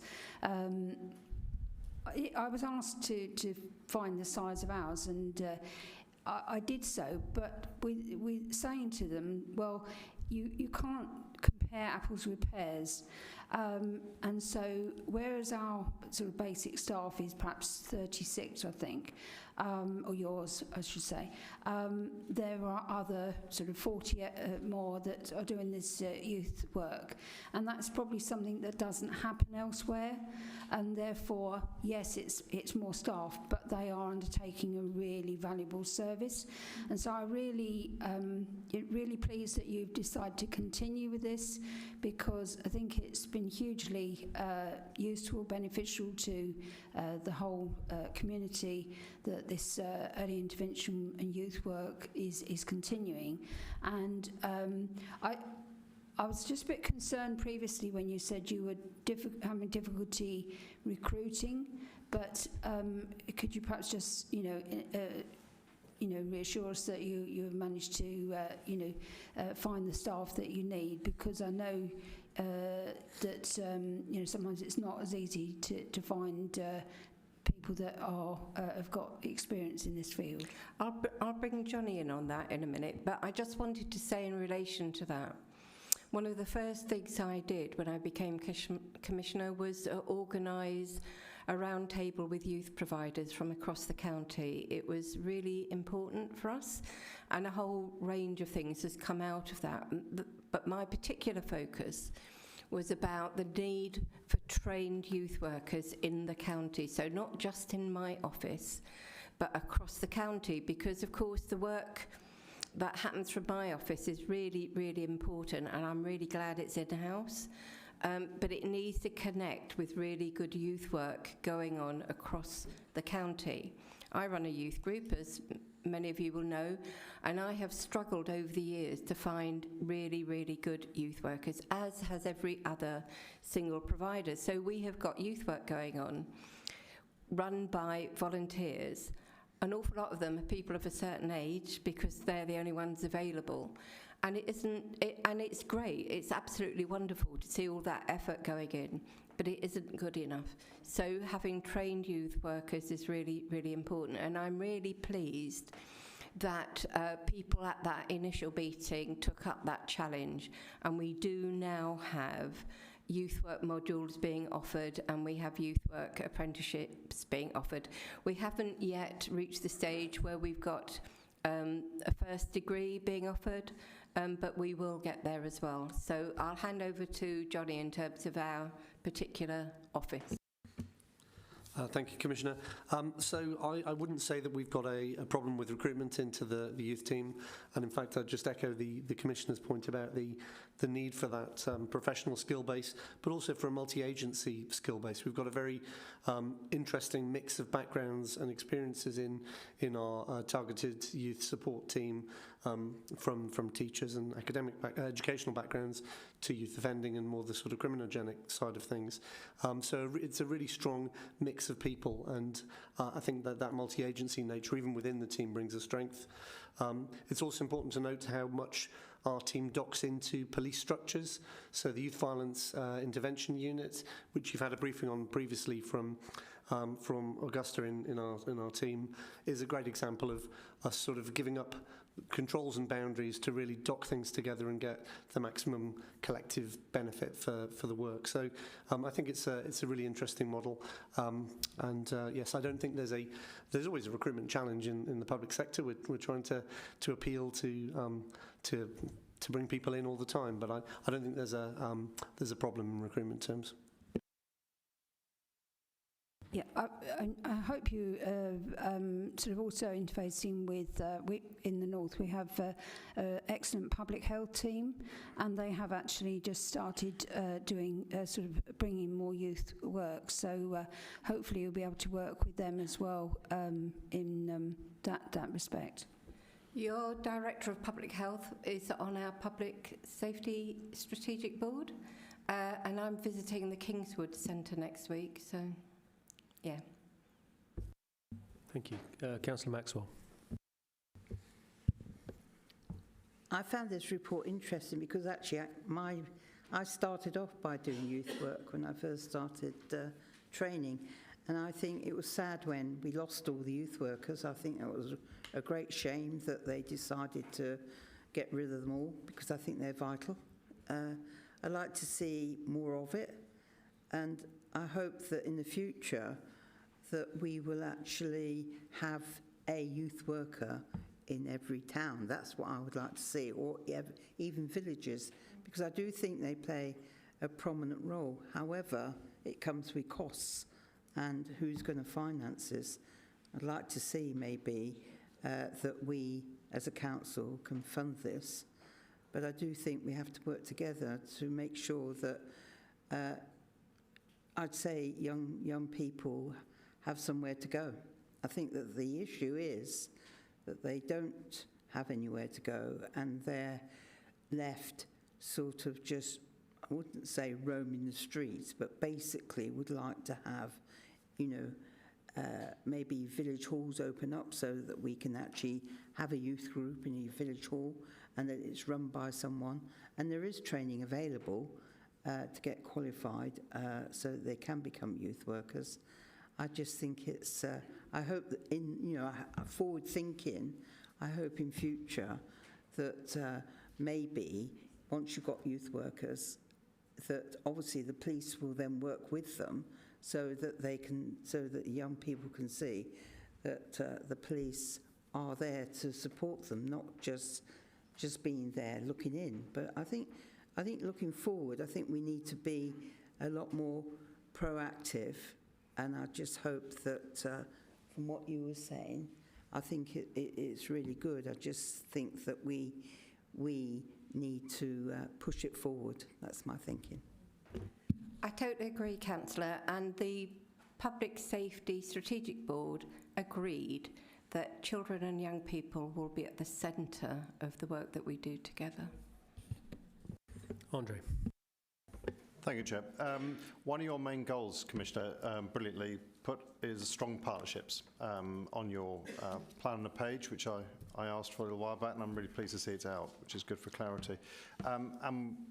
Absolutely, early intervention is number one in terms of how we develop our communities, and we all leave legacies, however we're involved, for many generations to come if we get it right. If we get it wrong, then we destroy communities locally, and we have very little to be proud about. One big thing is schools, and quite clearly, and from your own experience about working with schools and how the important elements of engaging early on is really essential to try and diffuse situations and prevent there being problems, dysfunctional problems within families and communities because of an incident that's happened at school, whether it's bullying or whether it's an environmental situation that needs to be tackled with. I would very much hope that multi-agency means that it's not a police matter all the time, because it isn't always police. And in fact, if police get involved, it might be too late for some people, because then they become the wrong side of the law as opposed to the right side of the law. And obviously it then costs not just in money, but in damage to the community later on. I'd be really keen to know that rural communities as well as urban communities are being worked well in partnership, and I think there are parish councils, there's NCALC as well, the Northamptonshire Association of Local Councils, who I'm sure would have great ideas through Danny Moody and colleagues. The other element, of course, quite clearly are LAPs and working with also governors of schools, and I speak from experience of two schools being governor there, and understanding the issues when there are elements that are difficult and children bring things to school they ought not to bring and should never bring whatsoever. We have a very tolerant society in this country, where in other societies and other countries it gets rather more difficult when a child wants to express themselves. Still, we have a situation that quite clearly involves young people, and the largest element of their life as a young person is in the education setting.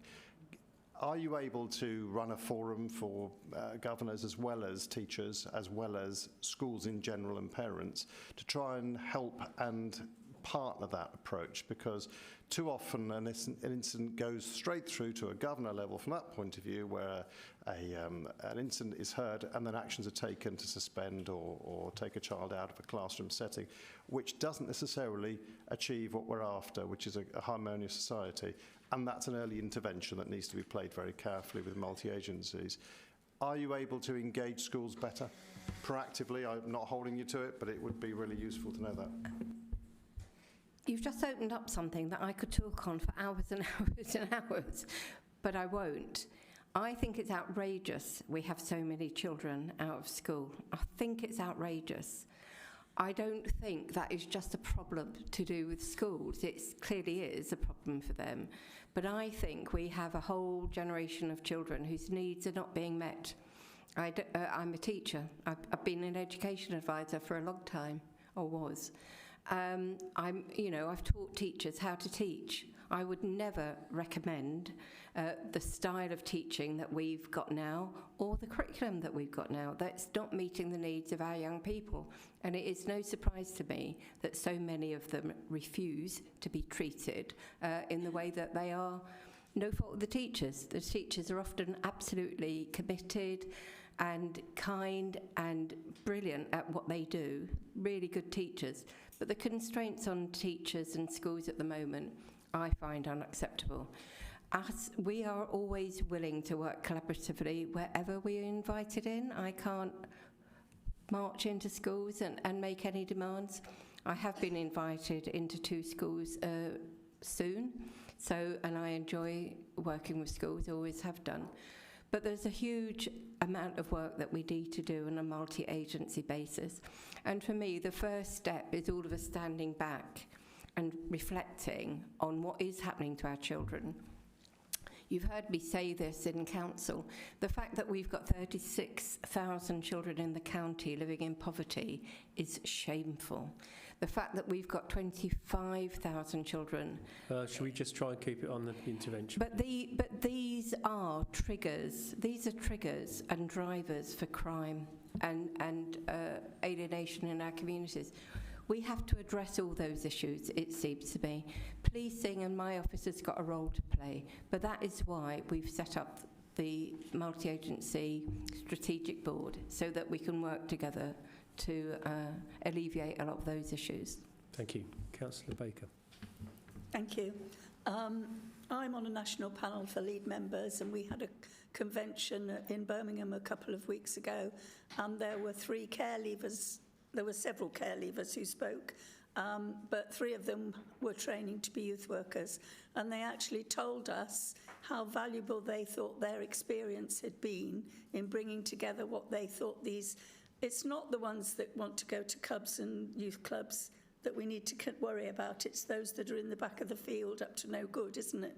Those that turn up for a youth club, they've got some boundaries already. It's the others that we need to get in touch with. But these 3 young people were so amazing in the way that they spoke about their understanding of how different lives. And I just want to say to you, as we're all corporate parents, you are too, that you could consider talking to the Trust about some care leavers to come into your apprenticeship scheme, or because there are young people I know in our organisation who would love that opportunity.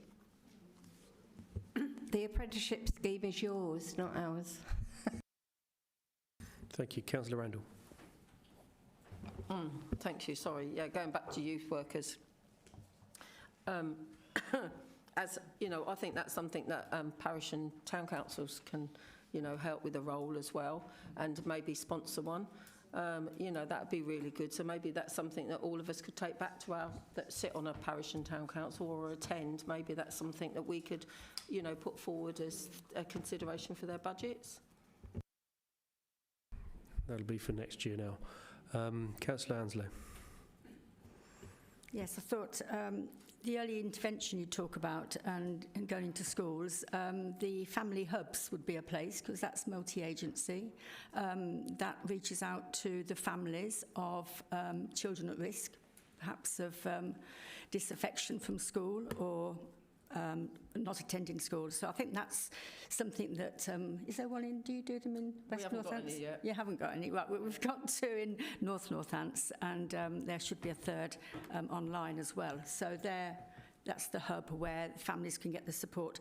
But I wanted to give a bit of a shout out really to the Youth Justice Project in Wellingborough, which uses a similar model as to what you're using, because although some of the youths may get into the criminal justice system, it's not the end. That isn't the end for them.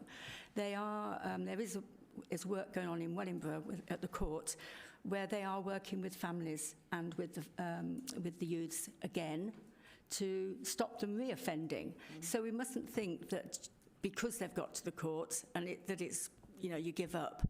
There's still really good work going on that is being recognised nationally as a way forward for youth, for the youth courts. Okay. Thank you. Oh, Councillor Baker, yeah. System is a joint for North and West. Yep. So it's the same system for both of us. And also just to say that we got no funding for family.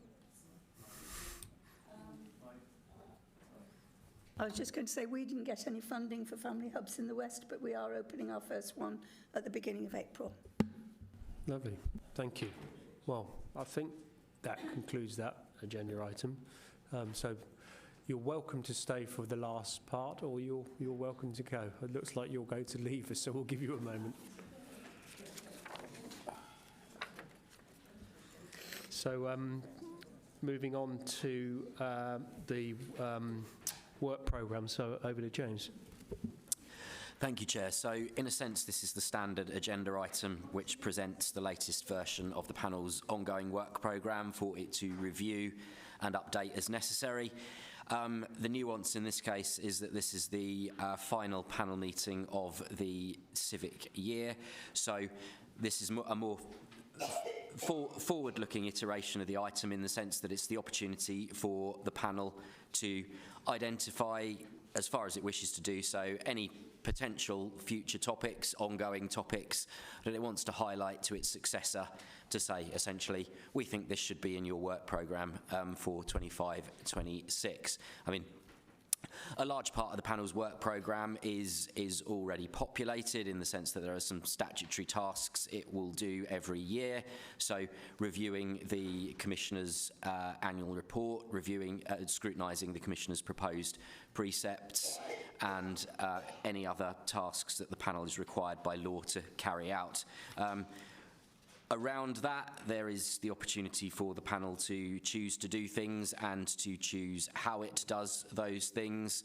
And so, as I say, this is an opportunity for the current panel to look at its existing work programme and to highlight anything from that it wants to flag up to its successor as things that it might choose to do in future. Thank you. Councillor Maxwell. Well, if I could make a suggestion, which I think would be useful, is that we've not actually, although we did meet the Assistant Fire Chief today, but we haven't met the actual person who undertakes the fire service. It would be quite useful, I think, for the new panel to actually have updates from the actual fire and the police, so that directly, I mean, I know you have the police commissioner, but it'd be quite nice to find out what problems that they're actually facing that we don't get to find out. I think it would be quite useful to have that. That's a suggestion. I think we'll just get reminded that that's not within it, but that doesn't prevent us, any one of us, for contacting the Chief Fire Officer. So I've got, I think Carolyn was first and then Andre. So I'd like to, because I've said this before, think about future work programme around performance and performance data, because what we get is we get some Q3 data with some narrative. We don't get some comparisons from like kind of last year, this year, or around the country. And it'd be really good to actually spend some of that detail, drill down a bit more on what does that actually mean. So I just said today about the fatalities, and it's self-neglecting, but what does that actually mean? And is it in, because when I've used performance data, it's kind of targeted, so is it an area in a specific part of Northamptonshire where we need to target, where we need to think a little bit more? So I'd really like to use the performance data a bit more intelligently to kind of help drive and think what we probably need to focus on as a panel. It's a suggestion. Thank you. Yeah, it's slightly challenging because we don't, it's not operational, is it? So we're holding to account, and then so I think that a bit more in-depth data would be helpful in our thinking, and would set our questioning, wouldn't it? Probably make it slightly more challenging for the Commissioner on occasion. I'm not expecting us to be. I know we're not operational, but to be honest, it would help. I think the engagement and the opportunity to ask questions and just to hold the Commissioner to account. So I'd be really interested to find out, well, what actually are you going to do then about these self-neglect, and if it's hoarding, what is the actual work that's happening behind the scenes, and to give us some reassurance that actually 60% of fatalities, it's higher, and I sit as chair of safeguarding, it's higher than Birmingham, and Birmingham's, that's a high figure, that's a concern. It's wise, certainly, but I think we've got a few challenges of getting engagement quite right, I think, with a bit of fine-tuning to do. So I think Andre, and then followed by Wendy. Thank you, Chair. A couple of things. One, addressing item B on page 57 that we've drawn many times. 12th of July, the panel agreed 2024 to request a briefing session with the Chief Constable. So pick up on the earlier comments. We definitely need to, and this is Chief Constable and the Chief Fire Officer, now they're both in place, we definitely want to have a regular update through them. And that's understanding the pressure of the service. That's not holding them to account, that's understanding the issues directly. And I think if we requested it, I think it's important to have it, full stop. The other is that we live in such a multicultural, multiracial society, a very vibrant county, that it would be good to understand from the Commissioner exactly what is happening in terms of that proper engagement. I don't think that the profile of police officers and fire officers necessarily represents the community, and I think that that's really important to understand what work is going on and how that's being attracted, and also in terms of forward planning and future planning, how is that going through in terms of schools, in terms of career development, in terms of colleges and further education settings. It's really important, if we want to have a safe community, to absolutely instill that confidence of that career development from within, and I don't think we should just expect there to be people who want to be police officers and fire officers at the end of the day when they really genuinely perhaps don't know what the job's all about. So we need to see what work is going on there in terms of educational career development. I think it's a responsibility that the Commissioner has to certainly take on in those school and educational settings. Thank you. So I think really that's are we asking the Commissioner to bring forward a report on that then, I think, rather than it being in our work plan? I'd like to see that, and then obviously pop it in their work plan instead. Yeah. But I think it needs to be addressed in a multicultural, multiracial society, from that point of view. And we have a vibrant society, as I keep saying. It is really important. I think the other element, with a multicultural element, and I have drawn this up several times, is the fact that quite clearly we've had a huge growth in population in our area from all sorts of parts of the world. And in reality, if we're just reaching out to translating some things and putting them in signs, I think that doesn't really connect with communities. We need to bring communities into a situation where they are absolutely actively engaged. And that means reaching out. I know that the Commissioner indicated that she funded some recent training in mosques. There are plenty of other religious settings as well that also need influence and support. I'm absolutely positive sure about that. I think they reached out to the mosques reached out to the Commissioner's office for that. So I think again, as us as elected members, is to make sure that our other faith groups are they feel they want some safeguarding training and things to look to the Commissioner's office. I mean, the HMCF, I can't remember the acronym, but the audit that the fire service had around recruitment and the splits and things, I mean, I think that's something, it feeds back in directly to what you're saying about the mix. So I think writing to the Commissioner, I think is just asking for, an update for us to understand where we're going. So brilliant. Thank you. Thank you. So Wendy.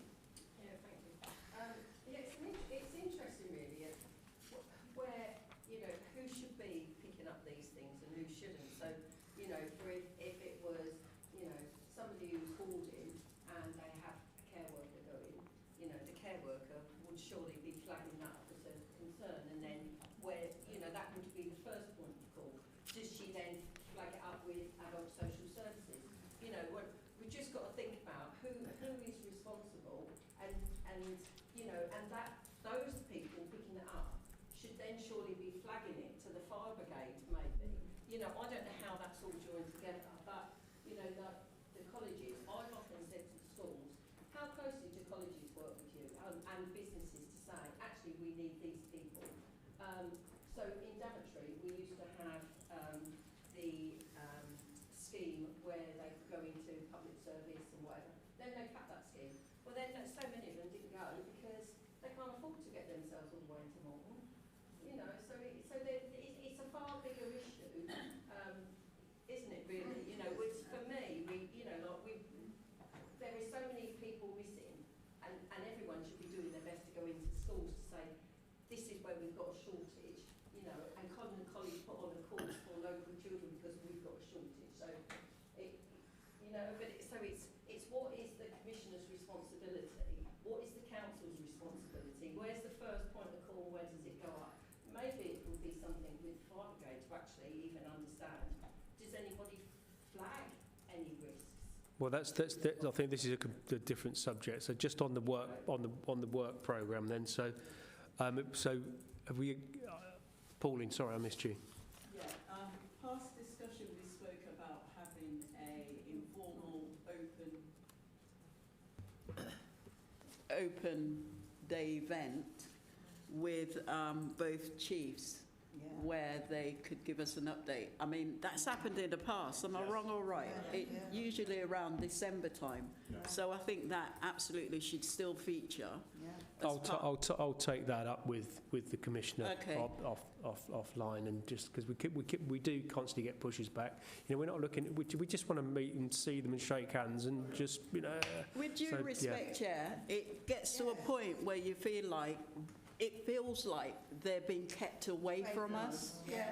And I'm not being funny, nor am I just want to say, we have not seen the Chief Fire Officer since the confirmation hearing. Yeah.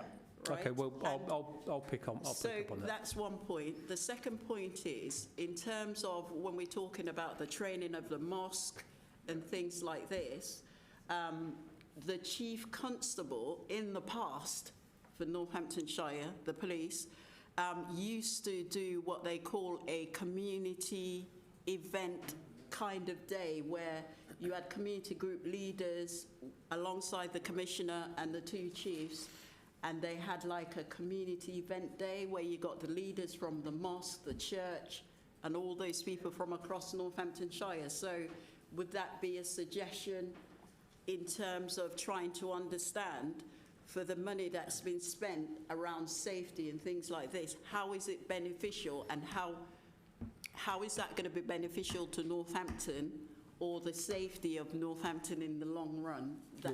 Northamptonshire.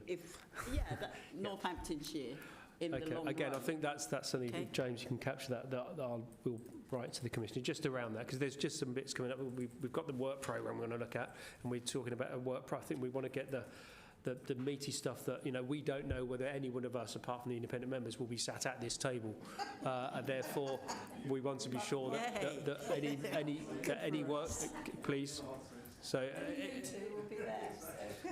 but basically, we want to be sure that any pieces of work with the benefit of our experience, if there's anything we've missed that's not in the work programme, is there anything we need to add? Yeah, I think, did we not talk about strip searching for children? Well, that was touched on, and the deputy commissioner that's something of the piece of work the deputy commissioner referenced this afternoon. It's those sort of things, So work programme. So I've got Dorothy, and then I've got Jill.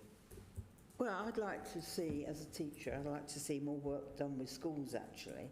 And I'd like to see how it's actually, how does this transpire from the police commissioner and the police and the fire operating? Because at the moment, we don't know just how much work they are actually doing with schools. I could be wrong. So should we just ask for a report on keep with the engagement? Yeah. So this the engagement from both police, from fire and rescue. Recently, just on the news recently, and it's in Northamptonshire, an elderly person's just been scammed out of £25,000 through giving bank details. So I think it's a bit cookery. Yeah, it's a bit more. Well, there's cookery, but there's also this going on as well. There's lots going on. Get the children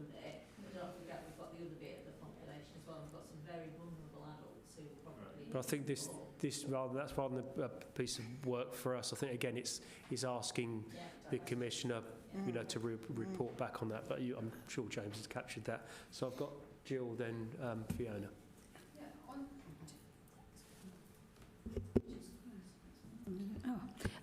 In terms of sort of consultation and discussing with, you said about with schools, I've suddenly realised that the previous Commissioner used to meet with parish council representatives, I think 4 times a year. I know there was quite a programme. And I just realised that I haven't seen any of those. So I think it'd be useful to ask this general question about liaison with other bodies and schools who come into it as well as with parish councillors, because we used to find that hugely beneficial to because we aren't supposed to bring up individual items about our parish, or we touch on it a little bit, but we're only a fraction of the different populations out there.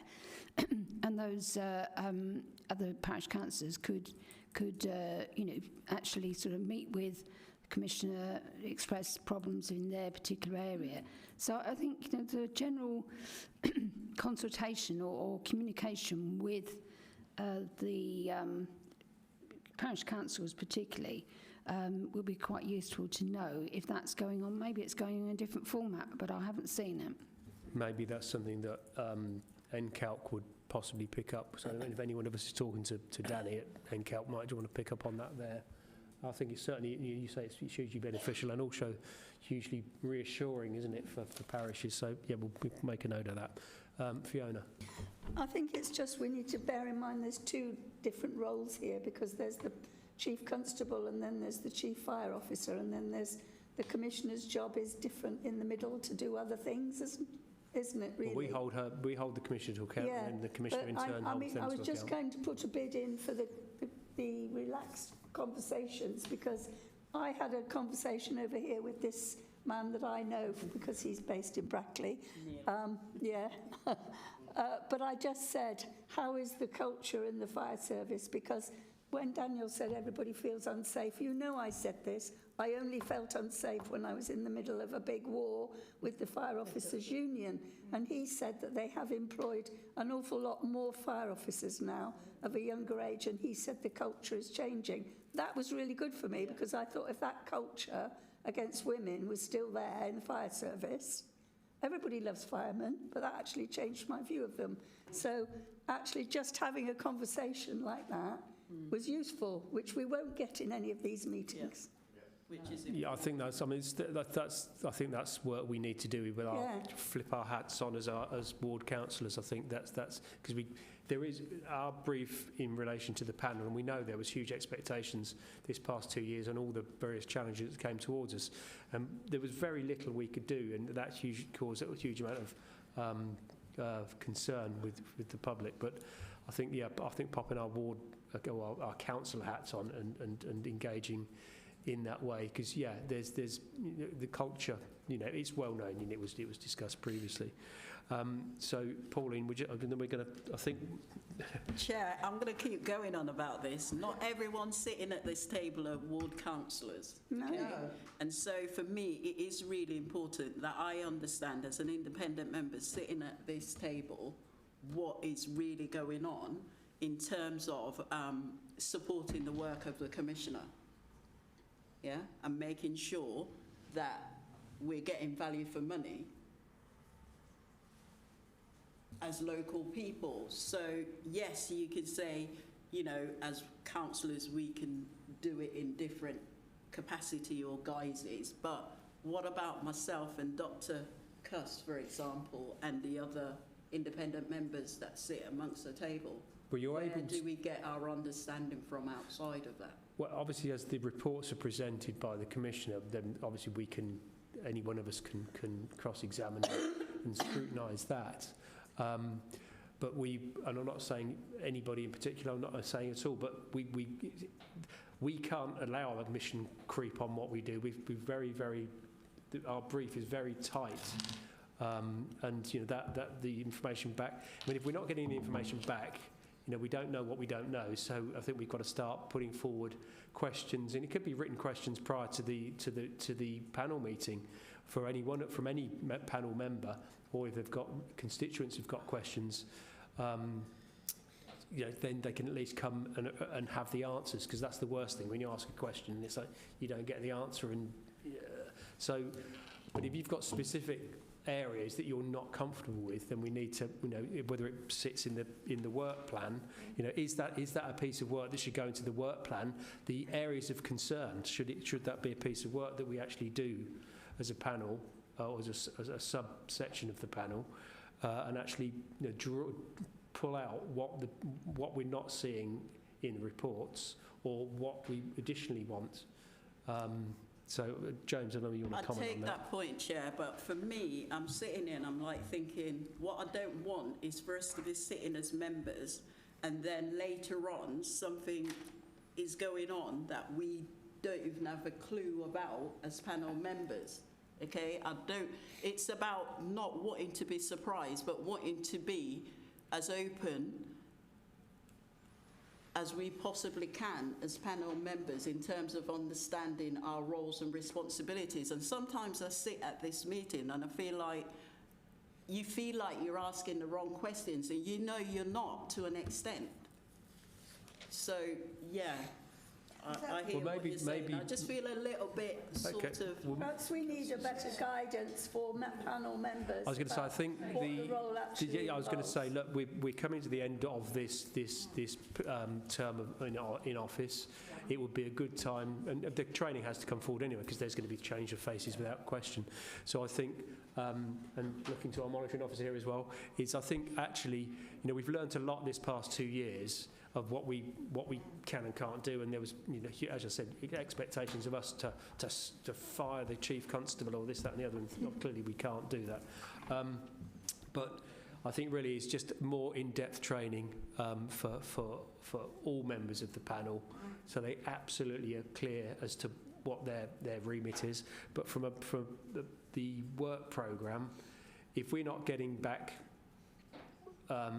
If individuals as members are not getting back or getting value or whatever, or a sufficient depth of information, I think if we do a piece of work there, looking at the bits and pieces, and then maybe even we turn to the monitor and say, right, well, this is the thinking from the subgroup, and then the monitor will say, well, you can do that, you can do that, and you can do that, and you can't do X, Y, and Z.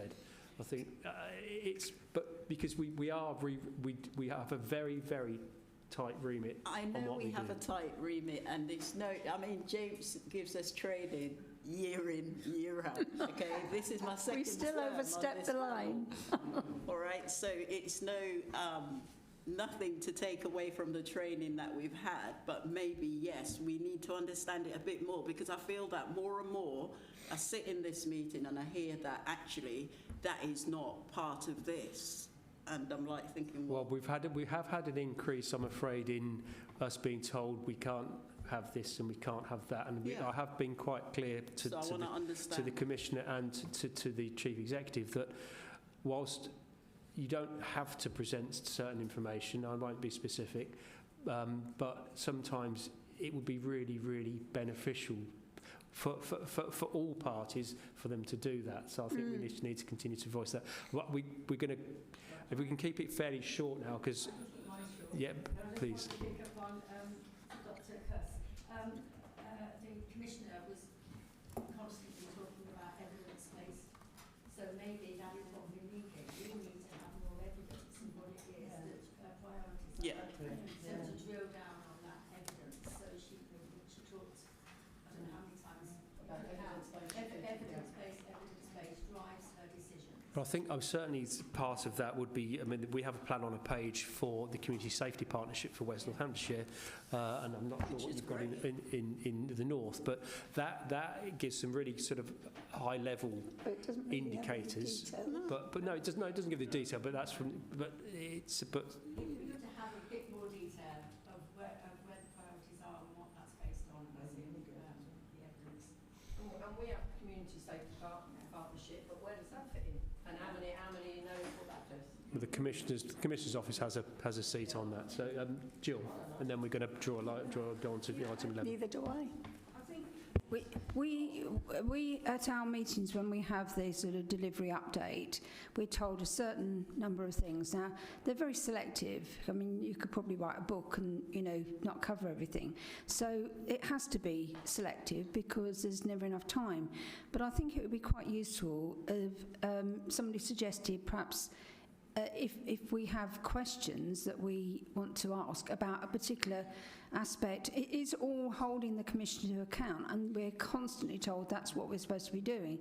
So if we, in our respective fields or you know, relations with other councils or areas, could, you know, if we've got a particular issue that we want to, I think we ought to be able to ask those questions. So maybe there should be some forum or some item on the agenda, questions like we have at full council, questions from members or questions from, you know, via us from the public. You know, what are you doing about X? What's happening with Y, etc. I'm not thinking of anything specific, but I'm just thinking we're led rather than following. We're led by, well, it doesn't mention that in the report, so, you know, you can't really ask that. But we need to, because you obviously only give me told the good stories in the reports. Yeah, certainly, yeah. Absolutely, yeah. So we could be here all afternoon, but all good points. James wants to come in here anyway, so. Thank you. So just a couple of general points. I think in thinking about its work programme, the panel should be conscious of the different working methods available to it and the different ways they can be used. So I'm thinking particularly there of the distinction between doing something that is designed to give you information and doing something that involves you using that information to scrutinise. Gathering information, for example, can be done in by sending something to you in writing or by holding a session outside of a panel meeting. The panel meetings principally, I think, should be focused on using information that might be gained from a range of different sources for the panel's task of scrutinising and providing constructive challenge to the Commissioner. And a second general point is I think ultimately, in relation to performance information, for example, there is a great opportunity for the panel to think about what it wants and decide what it wants and say what it wants. I think that's probably been affected for this panel in the past couple of years or so by the great interruption that there's been to business as usual. There has been a lot of events that have taken place, which a lot of change, whether that's in positions or in we've had a new commissioner elected last summer, and now potentially, well, there will be, to a greater or lesser degree, change in the composition of the panel as a result of the elections in May. But hopefully, after that, there will be an opportunity for the new panel to sit down and think about what it wants, what it wants to look at, and how it wants to do that, and what information it thinks it reasonably needs to carry out that task. That can be informed by the existing panel's experience, but will be taken forward by the new panel. But yeah, if the panel says it wants to look at a topic and then isn't particularly specific about how it wants to do it, what information it thinks it needs to do that, then it leaves a gap, and that gap will be filled for it. So there's an onus on the panel to think about what it wants to do, how it wants to do it, and the information it requires to do that. I think if you capture that in the minutes, and then obviously whoever the panel is in June, and then, but just I think for all us to realise, we've had 31 meetings of this panel in the past 4 years. I mean, that's a huge, there's been a lot of extra meetings in there, and we were shot off at some quite challenging angles, weren't we, over the past 2 years? So hopefully, because it was the intention of us to do things slightly differently as of 2 years ago, and it all went the wrong way. I should have let Jill stay in the chair, shouldn't I? It all went wrong when you took over. And then, go on. Through your chair, could I just pick out what I thought were the key points from the discussion about the things that this panel is highlighting to its successor, what it would like to see in the future. So there did seem to be a point about more detailed, contextualised performance information that assists the panel to scrutinise that the progress that the Commissioner was making towards her priorities. There was the point about a chance for panel members to see the Chief Constable and the Chief Fire Officer outside of a panel meeting. There was a potential topic around, I think, how the police and the fire service engage with different communities in Northamptonshire and develop their workforces to be more diverse and more reflective of Northamptonshire communities. There was a point about a potential topic on protection of vulnerable adults. There was a potential topic around, but potentially a very broad topic, around how the Commissioner engages with the local community, which might pick up schools, parish councils, different community groups. And then there was a point which we'll absolutely look to do about training for the panel at the start of its new term. I think we've captured it. I'm going to have to. I have a meeting in 8 minutes. So if you don't mind, we'll move on to the final agenda item, complaints and matters update.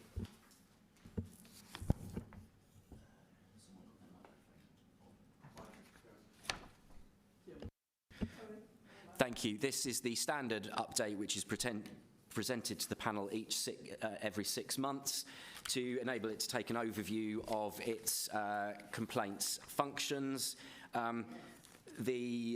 The report sets out the complaints dealt with during the preceding 6-month period, not with a view that the panel should get into the details of those, but to give it an overview of activity. Happy to take any questions, Chair. Thank you. Any questions on that agenda item? Is it on? Go on. Yep.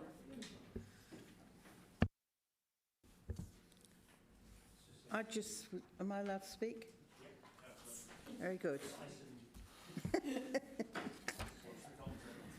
No, I think that mistakes were made at the beginning, actually, of the Police Fire Crime Commissioner, and I think that going down a route which she obviously realised wasn't the right route, standing outside the front with a placard in front of her. Thought we weren't going to all right, we're not going to discuss it. No, but the thing is, I just think...